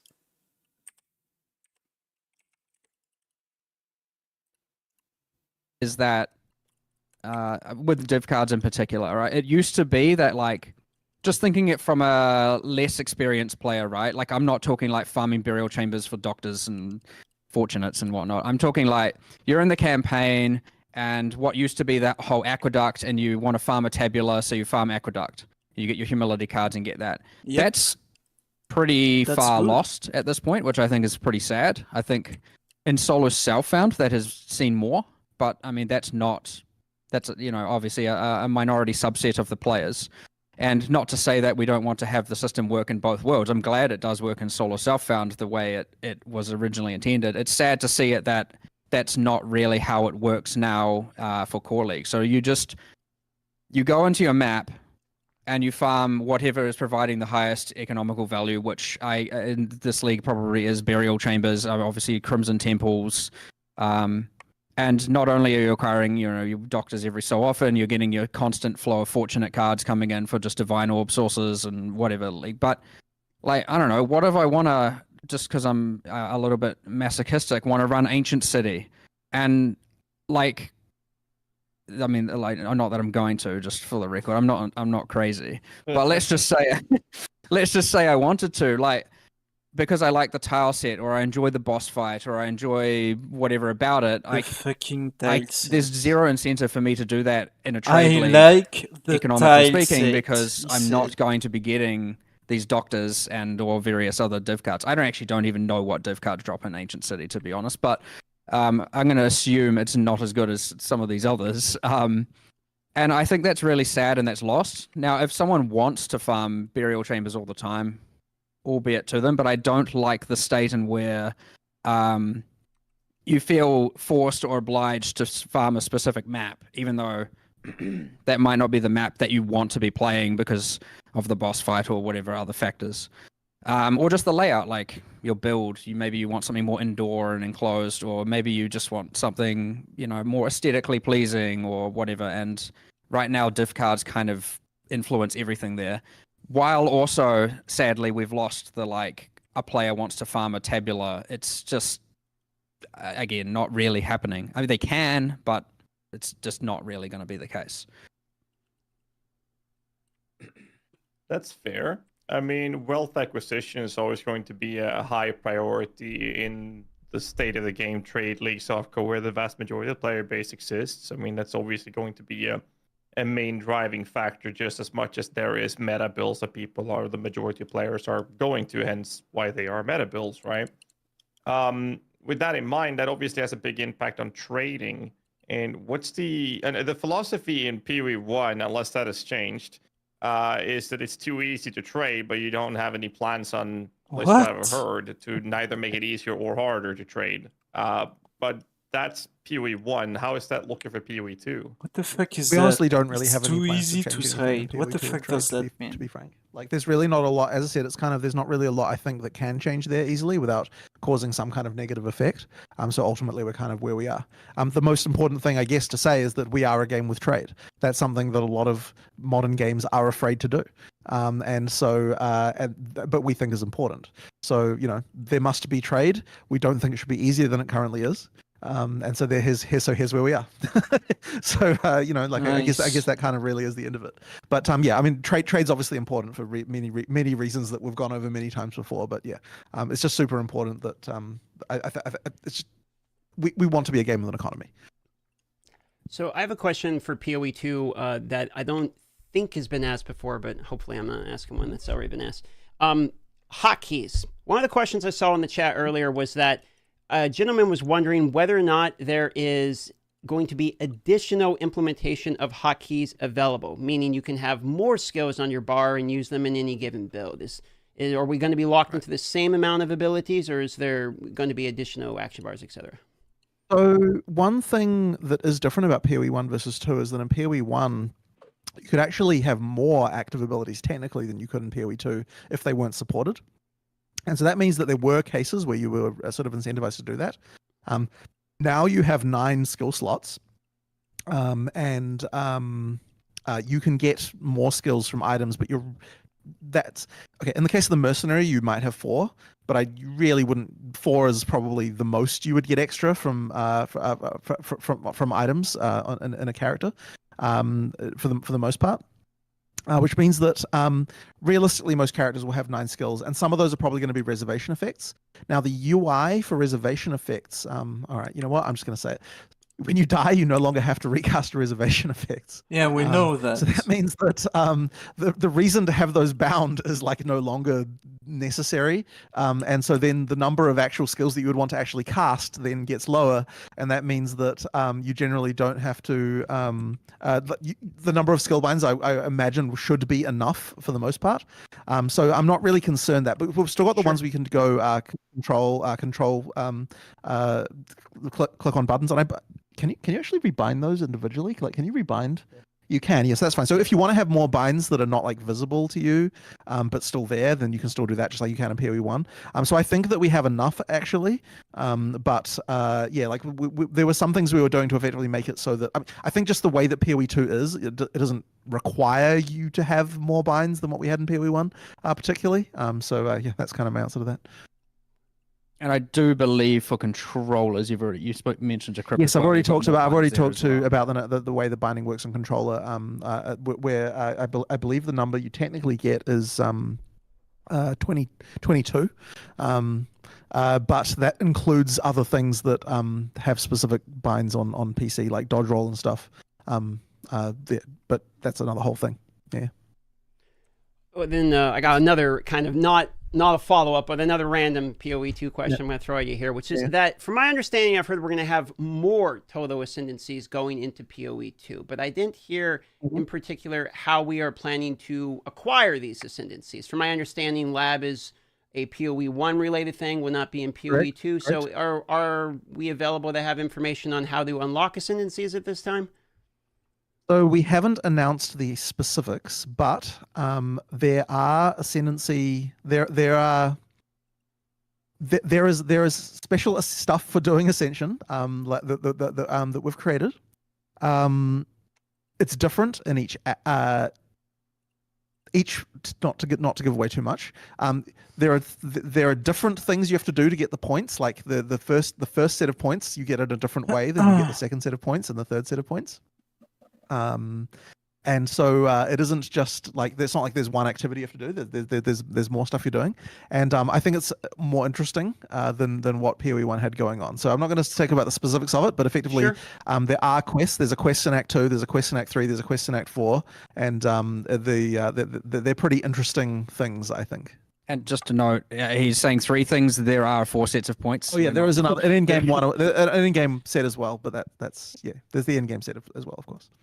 Yeah. I mean, anything but the lab will make me happy, so I'm good. Okay, well, hopefully that will be the case. Yeah, Trap's coming back to the game. Follow-up question. We definitely. Well, okay. I'll answer that seriously. Please do. Actually, I want to know. I die to those all the time. Yeah. Yeah. We do appreciate the fact that people don't love the trap gauntlets and lab. A lot of people don't love them, which I find a bit sad because I personally do actually kind of have a soft spot in my heart for them. But yeah, I understand that. Like we're being a bit more considered with regard to that kind of stuff. But I mean, we still like to have sort of occasional mechanics that are sort of interesting like that. But yeah, I understand that the lab has some issues. On the topic of action bars, now there's quite a few people that clearly has never played a proper minion build, and they don't understand that it's far from lazy. But at XRCon, you guys mentioned that obviously from what we've seen and experienced, the ones of us that played PoE2 pre-beta, was that the minion guy gameplay is very, very much more active than we have in PoE 1. And on stage, you guys all said that the minion playstyle will also be more active. So I'm just very curious, specifically to the minion playstyle, how on earth are they going to make that more active than it already is? Because I have situations for reference here, for context. I have builds where I do not have enough slots on my action bar to put my aura. So if I die, I have to literally just change my skill bar to enable them because I have too many skills to use. So how is that going to be more active in PoE 2? You might be right. You might be right that it won't be more active, but I think that the activities you're doing should be better than the ones we have now. So I guess that's what I would say about that. I think like there are definitely quite a lot of skills to use with minions and in PoE 1 as well. But yeah, I think we can do better than what we've got there. I guess I don't want to say too much here because we're going to be announcing a bunch of minion stuff later. But yeah, I guess that's my point there. Unless you've got anything else to add there, Mark. It's too hard to explain without without revealing stuff we don't want to reveal. But There's some very different mechanics is going on. better It's better. for sure. That's basically what you told me at XLCon. You just smiled at me and said, "It'll be better, trust me, bro." And I'm like, Yeah. "Okay." I mean, I do trust you, but I mean, a little bit of context. I just needed to have that on Right. record. No, I understand. Well, before too long. Before too long, there will be a video that will explain a lot of the stuff. And you know what? I'll have another interview with you after if you want to clarify some more specifics. Then I would say. I'll hold you to it. Let's do it. Yeah. So I have a question in relation to PoE2 campaign in towns. So something I noticed while I was playing through is that the only time you really experience other players, as is designed, is within the town. So you go to a town, you see other players there, but the point of the players being there, at least in my current experience, doesn't matter. They're only there to kind of give breath to the world and make it feel alive is the way it feels. They're not really there to interact with. So I'm wondering if going into PoE2, you are carrying the same philosophy of the towns and players will see them in the towns. Nobody just gives make a the world fuck feel more about active, towns. or do you have anything planned around It's not social an MMO, interaction dude. within towns? Like, and go a reason play to go there as World of opposed to being in your Warcraft if you want Atlas, to fucking hideout and just trading with see people other that come in. players. Is there a reason for us to go to towns continually? I guess would be my real question. So I think I'm going to kind of divorce this into two parts here. So one of them is there a reason for other players to be in town other than seeing them? I guess probably not really, because we're kind of a game where we'd never like to force people to have to engage socially if they don't want to. Like, it's a thing you can do, it's fun to do that, but it's not something we sort of require. Like, we are a game, you can play multiplayer or single player, and there should be no advantage to either if we're doing our job correctly, although I'm sure many people will argue about that point, which we don't have to worry about right this second. But effectively, it is our intention that multiplayer and single player should be relatively equal as far as like wealth acquisition and power and so on goes, and therefore we don't want to kind of force people into these larger things. But I actually do agree that the town cycle in PoE 1 isn't as good as it could be. And there's a few things we're actually doing to deal with that. And, there's kind of it's a little bit of a mix. So one of them is that in PoE 2 we actually have an NPC who will identify all the items in your inventory for free. Oh, wow. Reduce the number of and we will reduce the number of scrolls of wisdoms that drop, and that will mean that is one reason to go back to town, to get all your stuff identified for free. So that's one thing. There is the flask thing as well, which is a little bit different, but I don't want the reason that you're going back to town all the time just because you need to refill your flasks all the time. Like, that needs to be something where it's like that happens sometimes, but it's not like just constant, right? It needs to be like sometimes you run out. That's a consequence of the fact that there needs to be some kind of gameplay around flasks, and so therefore there needs to be some bottoming out that can occur, and thus you go back to town to deal with that. So that should happen once in a while. But the other thing as well is gold. The vendors are not good enough in PoE 1. They need to be better. Having a currency that you use with vendors means that we are putting a lot more effort into actually making the vendors matter. Like, you're going to want to check them. You're going to want to find the stuff in them. So that's something that that we're doing to try and, just get that feeling of like you're going there, you're checking out that stuff. So I think that's another thing that kind of makes the town cycle a little bit stronger as well. I think probably one of the games that had the strongest town cycle to me was Diablo 1. That game, just for some reason, you just like the town was so like I just remember going there every time to always checking all the vendors and stuff. That game just had a really strong town cycle. The best town cycle is actually Darkest Dungeon, like, in my opinion. Because every time you finish a run, you have something to do in town, basically. Whether it's like curing your disease and shit.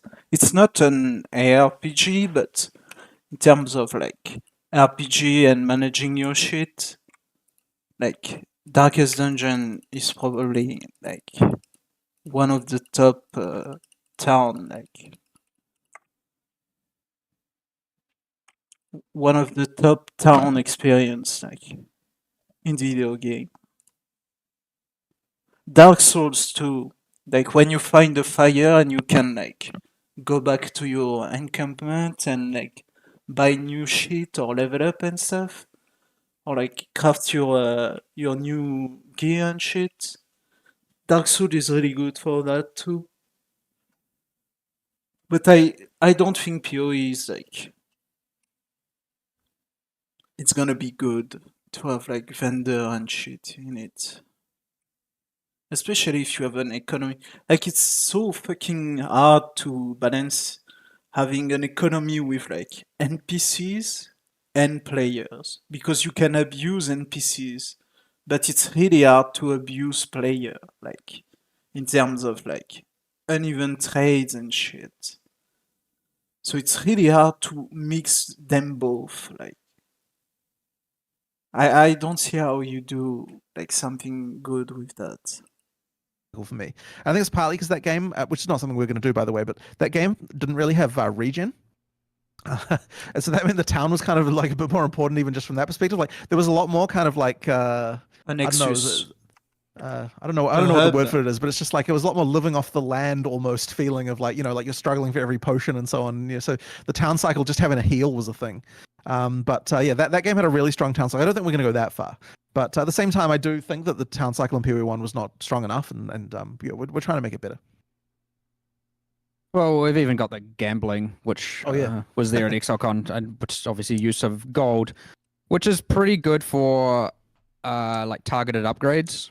Like if you need a ring, then you gamble for a ring. Again, not so targeted upgrades with a fucking RNG mechanic. Nice. We all know how it goes. It's like the fucking Uber Lab. Or you have to do six fucking trials, and then after 2 weeks of the league, you still haven't found one of the 6 because you keep getting the same over and over and over. And then you fucking arch quit the league because you can't fucking find the last fucking trial because it's RNG. And it's what you need to upgrade your character because it's your fucking ascendancy. Like, we know how fucking RNGs for upgrade goes. Like, it's always a fun and enjoyable experience. so much to be utilized. Well, we'll see, but it's more of a like early game through campaign gear problem solving thing as opposed to obviously end game, which I cannot predict exactly how it will play. Obviously, if D2 is anything to go off, I mean, people did it obviously for at end game as well as throughout the campaign. So who knows? You mentioned gold, and I want to follow up on that and ask, how are you approaching the difficult balance issue of, well, gold's too scarce and I feel like I always need it. Oh, if it's too common, then I feel like the drop doesn't have any value when I receive gold. What's your philosophy behind gold acquisition and how you're approaching how much people should have at what given time? I mean, ideally, I think it needs to feel somewhat scarce because otherwise, yeah, you don't value it as a currency. So there needs to be stuff you want to buy, right? And it needs to be that, you know, like, so gambling is one way to make that happen. Is like there's good upgrades to get there. But I agree, we have to be a little bit careful with it. And the other thing that's important as well is we really don't want to make a gold so rare that it becomes a currency that you want to trade with. Therefore, that kind of means that, like, you know, the intention is not that you trade with gold. The intention is that you trade with currency, and the currency is supposed to be, you know, by currency I mean, you know, like PoE1 chaos orbs and stuff like that. Yeah, we can't make it so rare that you kind of compromise that. Yeah, like it is a tough needle to thread, but I don't know. I guess you probably weren't around when we did that Ruthless with Gold League, because we did some testing around that, which I don't think exactly hit. We did a PoE1 league. Nobody sort of played tested that out. shit. We learned some stuff from that, and yeah, basically, like there's stuff to do there. Yeah, I mean, the reason that we even added gold in the first place is just because we felt like it's something that you can drop that feels like you get a little bit of reward from something without having to drop another item that you actually have to pick up. So it's a way to kind of like bolster the feeling of drops from monsters in a nice little way there, which is and it really, like, we're sort of looking at things of like, okay, how many items can we have a monster drop while still without causing the kind of like ridiculous explosions that we managed to get to in PoE1. And we realized that if we wanted to kind of do it the way that we wanted to get it to, having gold, then that would mean that the number of items that you felt like you were getting, like the number of actual physical items on the ground, would be too low. So yeah, as I said, gold is a way just to make it feel more rewarding in some ways with that stuff, and giving you something that but also has the nice little stuff with vendors and so on that I also quite like. So yeah, I think that the other thing is, I guess it's interesting as well, is the reason why PoE1 didn't have gold. there was kind of this feeling at the time of like we wanted to get away from all of the gold sinks that games required. And so I think that we probably went maybe a little bit too far with that philosophy. Like the reason that flasks were invented was to make it so that you didn't have a gold, because you didn't have the gold sink of potions. And like the way Really? that that works in D2. Yeah, that was the original thinking behind that. And then no repair as well, and so on. So we had all these things where like, okay, if we get rid of all the gold sinks, then we don't need gold anymore. And that was kind of an explicit goal. But I think that we threw the baby out with the bathwater a little bit too much. And I think that, it's still good. The vendoring thing is still, I think, nice. So yeah, that's kind of why we're at here.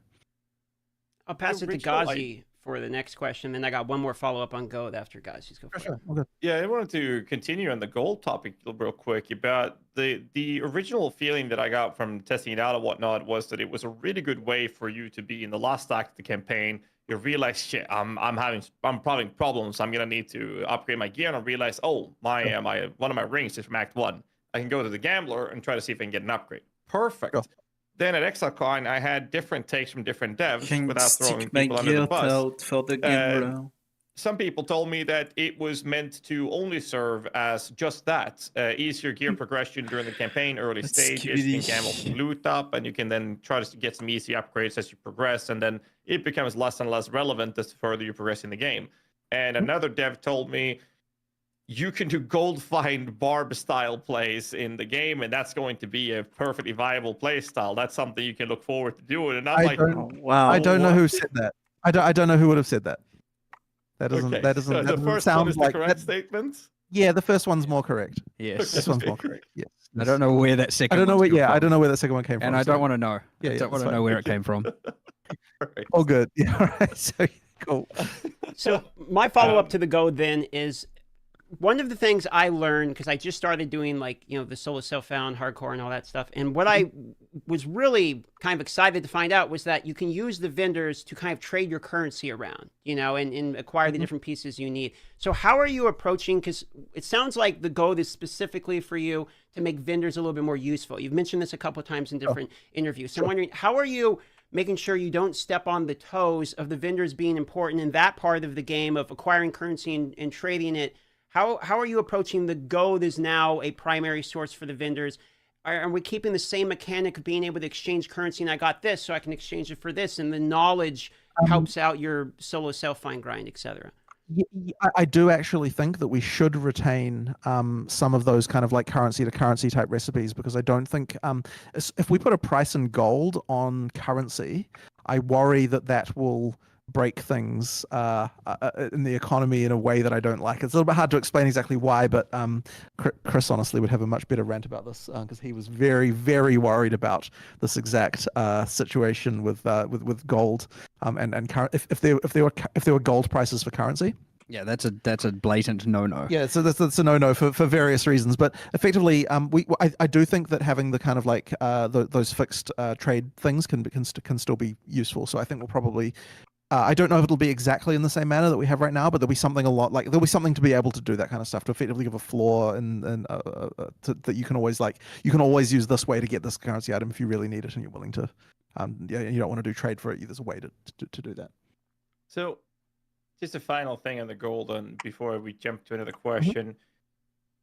Seeing as it is more for the beginner, early stage of the game, can we then assume that we're not going to end up in a position where we get wasted stats like, hey, you're going to reflect 3 physical damage to attackers, or in this case, hey, you can have % increased gold fine for endgame modifiers, or the fact that in the endgame, are we going to still drop gold if it's now going to be a less and less, inevitably a completely irrelevant stat in the endgame? So I think that the gold sink at endgame will probably be top end gambling, like effectively like you just get an extra chance at a nice gamble. And there's some stuff around that I am now just suddenly considering. Sorry, I just had a game design thought here that I'm not going to say on stream, to do with interaction between the drop system and gambling that we need to have a discussion with after this. Because you probably understand what I'm thinking about there. Yes. Oh, Yes. sure. Whatever. Anyway, there'll be some expensive gambles you can do. But that'll be what you want. We don't have a gold find stat, right? No, we don't. Like, we don't have that on gear at all. I don't know where that's coming from. No, I'm just asking because we have irrelevant stats right now, such as I that, mean, and like region 2 HP. It's like you're never gonna notice it, so it just feels like a waste of stats. We are there's two things here, but we are working harder to make sure. Like, so I've talked about before, like light radius. Obviously, it's just a full miss stat right now in PoE 1. In PoE 2, that increases your minimap reveal radius, which is smaller in PoE 2, like by default. Is it? Yeah, it's a little bit Oh, smaller. I didn't know that.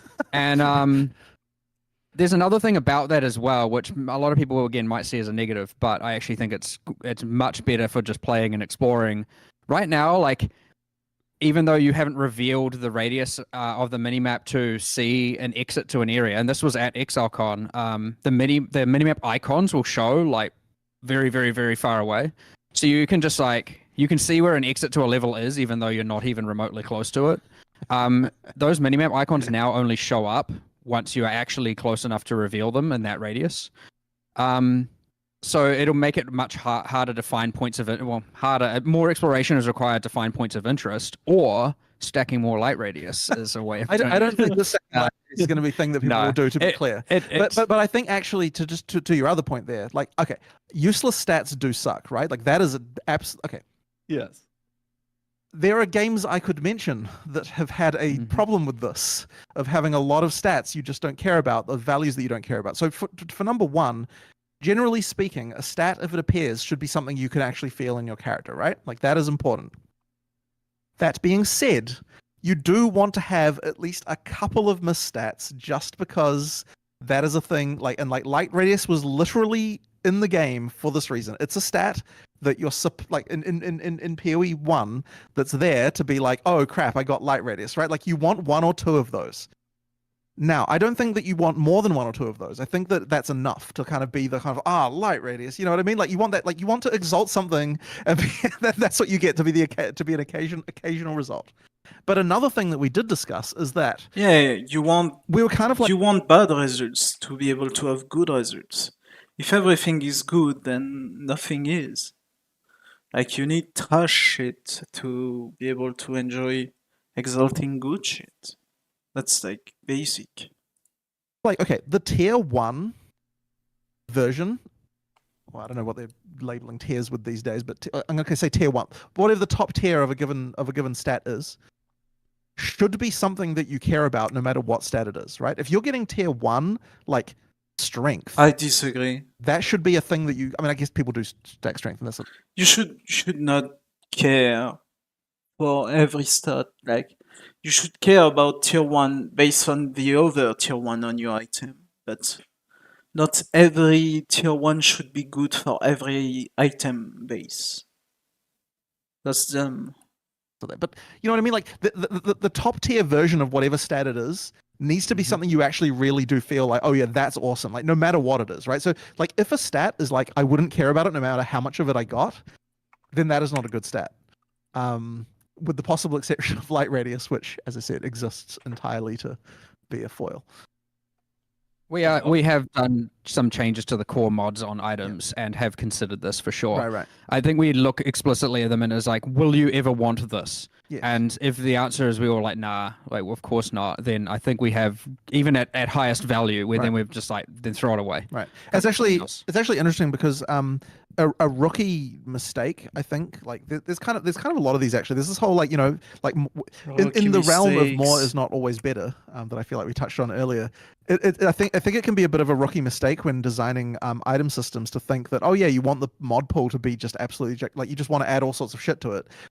You actually do not. You want to actually the core mod pool, like the things that can just drop on anything. You actually want to restrict quite down to a sort of quite restrictive set because it actually makes it more fun that way when you don't have all sorts of random shit you don't understand. Like you want the actual core set to be like what's the word we were using when we were designing this? It was like something like damn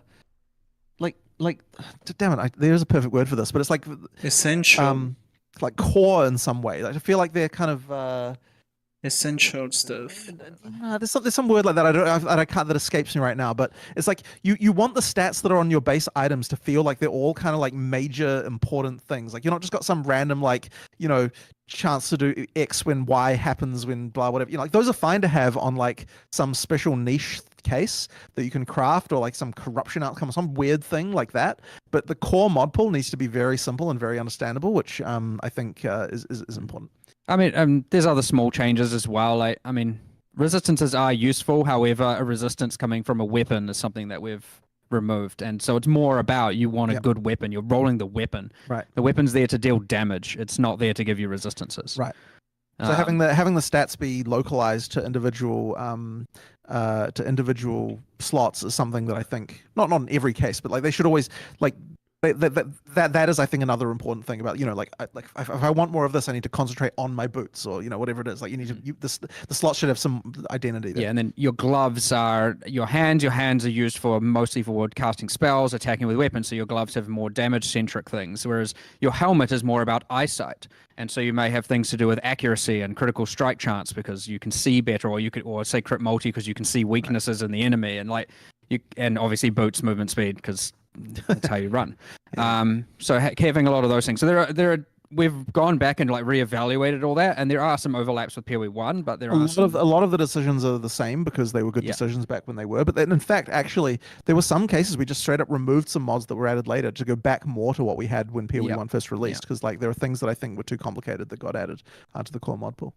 So I have kind of a random thought and follow up on the itemization. You're talking about items and when they're good, it should feel good, should be, part of the fundamentals of the item, etc. But you also mentioned that you're having an idea in town because scrolls of wisdoms are going to be less. So I'm assuming we're going to have somewhat of a progression path. If we go out, we farm the gear, we go back to town, we identify them. And in that moment of identifying is when the player has the opportunity to have like a dopamine hit of like, oh, I got a good item. Mm-hmm. So have you considered during that identification time to have tiered, let's call them animations that happen depending upon how good of items you identified? So let's say the identifier, your item has 3 or 4 tier 1s you identify. Or you got one really good one. The game can tell it's a really good one. So it has a much bigger identification. Or the guy has a better voice line related to that. Is there anything like that we can expect? I think there is something we could do here. And so I appreciate the suggestion. Nice. Yeah, I think it's a reasonable thing I think it's a reasonable suggestion. By the way, the word I was looking for before was fundamental. You said it, and then I'm like, damn it, that's what I was looking for. There it is. The mods should be fundamental, is the word. So thank you for that. So two good things in one sentence there. All right, I'll take a maybe because I'm a dopamine addict, so I'll take the maybe. Yeah, for sure. Mm-hmm. On the topic of modifiers and whatnot, briefly, that we went through, I wanted to talk a little bit about crafting. I know we tackled this a little bit on Exapod as well. I believe that the biggest take from it was that the philosophy, at least then, was that the idea was for crafting materials would never take away modifiers, except for, I believe it was Chaos Orb, which would take away one and re-add a new one, or whatever it was. No, I wouldn't say that. We're changing how they work. So Chaos Orbs remove a mod, add a mod. But the philosophy around that was actually that one came about because we were saying, okay, how can we make it so that you'll actually pick up an item on the ground, like a rare from the ground, and ID it at endgame. And we've got a few changes around this, not all of which we've announced yet. But the Chaos Orb change means that. So like currently any rare that's on the ground, I'm gonna have to go. Like it's only as good as the base type, really, because you can just alch and chaos, and it's effectively the same thing as any other item that would be from the ground. So the idea of changing chaos to remove a mod, add a mod is just to make it so that you can pick up an item from the ground, ID it, and then it can be a near miss for something good, and then a single Chaos Orb can fix it.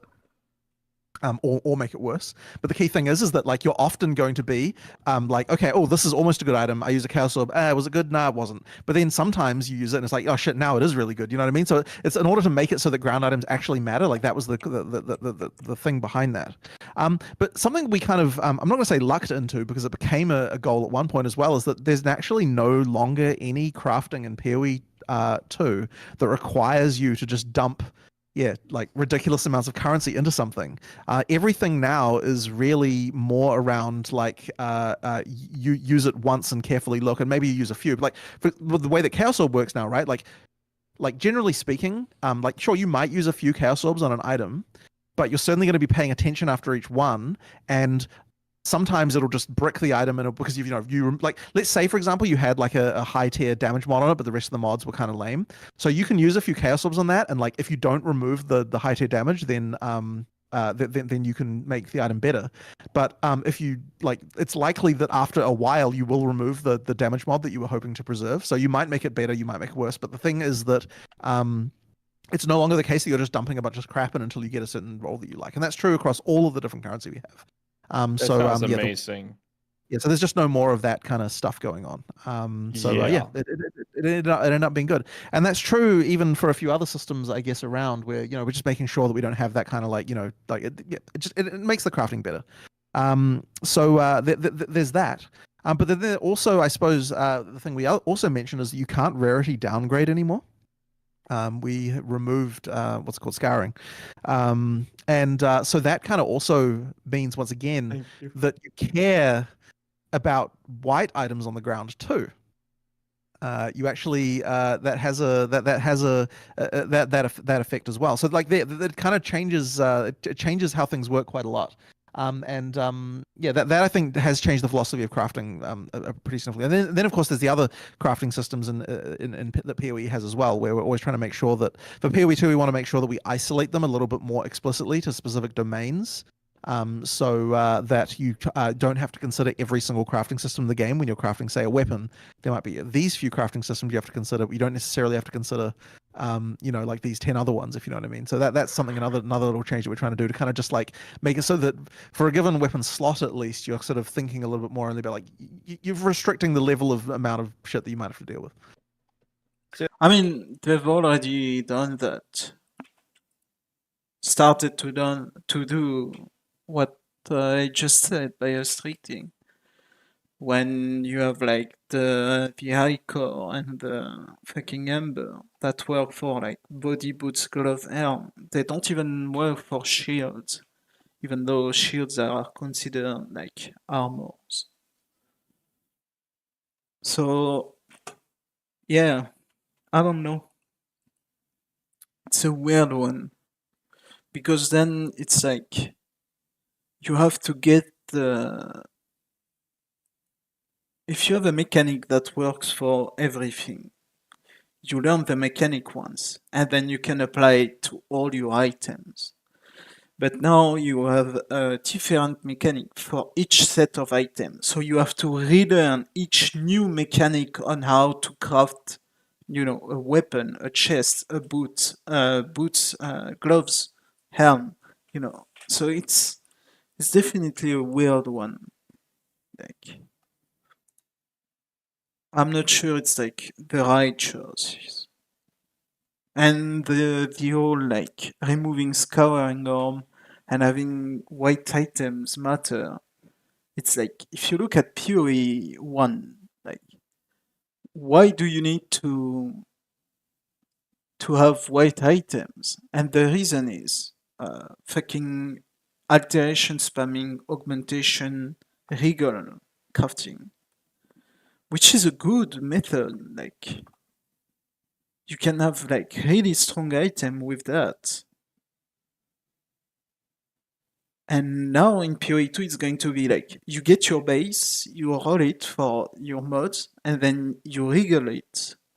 And then it's rare, you don't have the right mod for it, so you just vendor it, because now it's rushed, now you can go back. And so you're gonna have to stock fucking insane amounts of like white items to be able to craft something good with that method. Which is weird to me. Like it feels so stupid. Like you're going back, but it's actually like a bad way to go back. Like going back is nice when like it was better, but I doubt that this is going back to something better.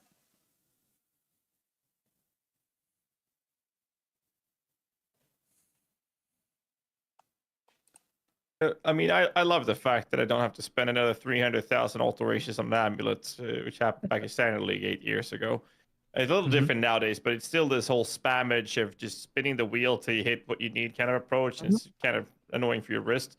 But there's still the other problem that I think a lot of people are disliking, and it's when you have endgame content farmed, you're getting a good base item to work with, and this high item level 86 weapon can roll a tier 12 life mod or tier 12 fist damage. Is there any plans like raising the bar with the minimum tier can roll on the higher item levels to allow people to work at a more higher success rate on That's the higher not type something of item they level want to do. items that they drop? Also, that's the last question. I have to go after that, so I'm like already late. So There is some information that's relevant here that we're not talking about yet because there's still some more item stuff to do. But it isn't really what you're saying. It's a sort of different thing that's just sort of relevant to what you're saying. So unfortunately, I can't really talk about that yet. But I do appreciate where you're coming from. Let's just say that. And we'll leave it at that for now. I agree, and yes, the same hesitation as just being we're not ready to talk about it yet. Yeah. But our current plans certainly improve that problem. Yeah. So I have kind of a more broader scale type of question here. Is the PO2? okay, so we stop at 1 hour and 30 minutes. If you want to check it yourself, and I will finish it tomorrow.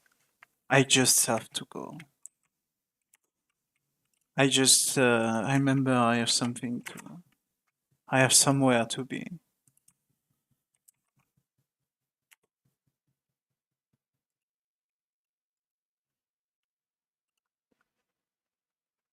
Okay. Bye.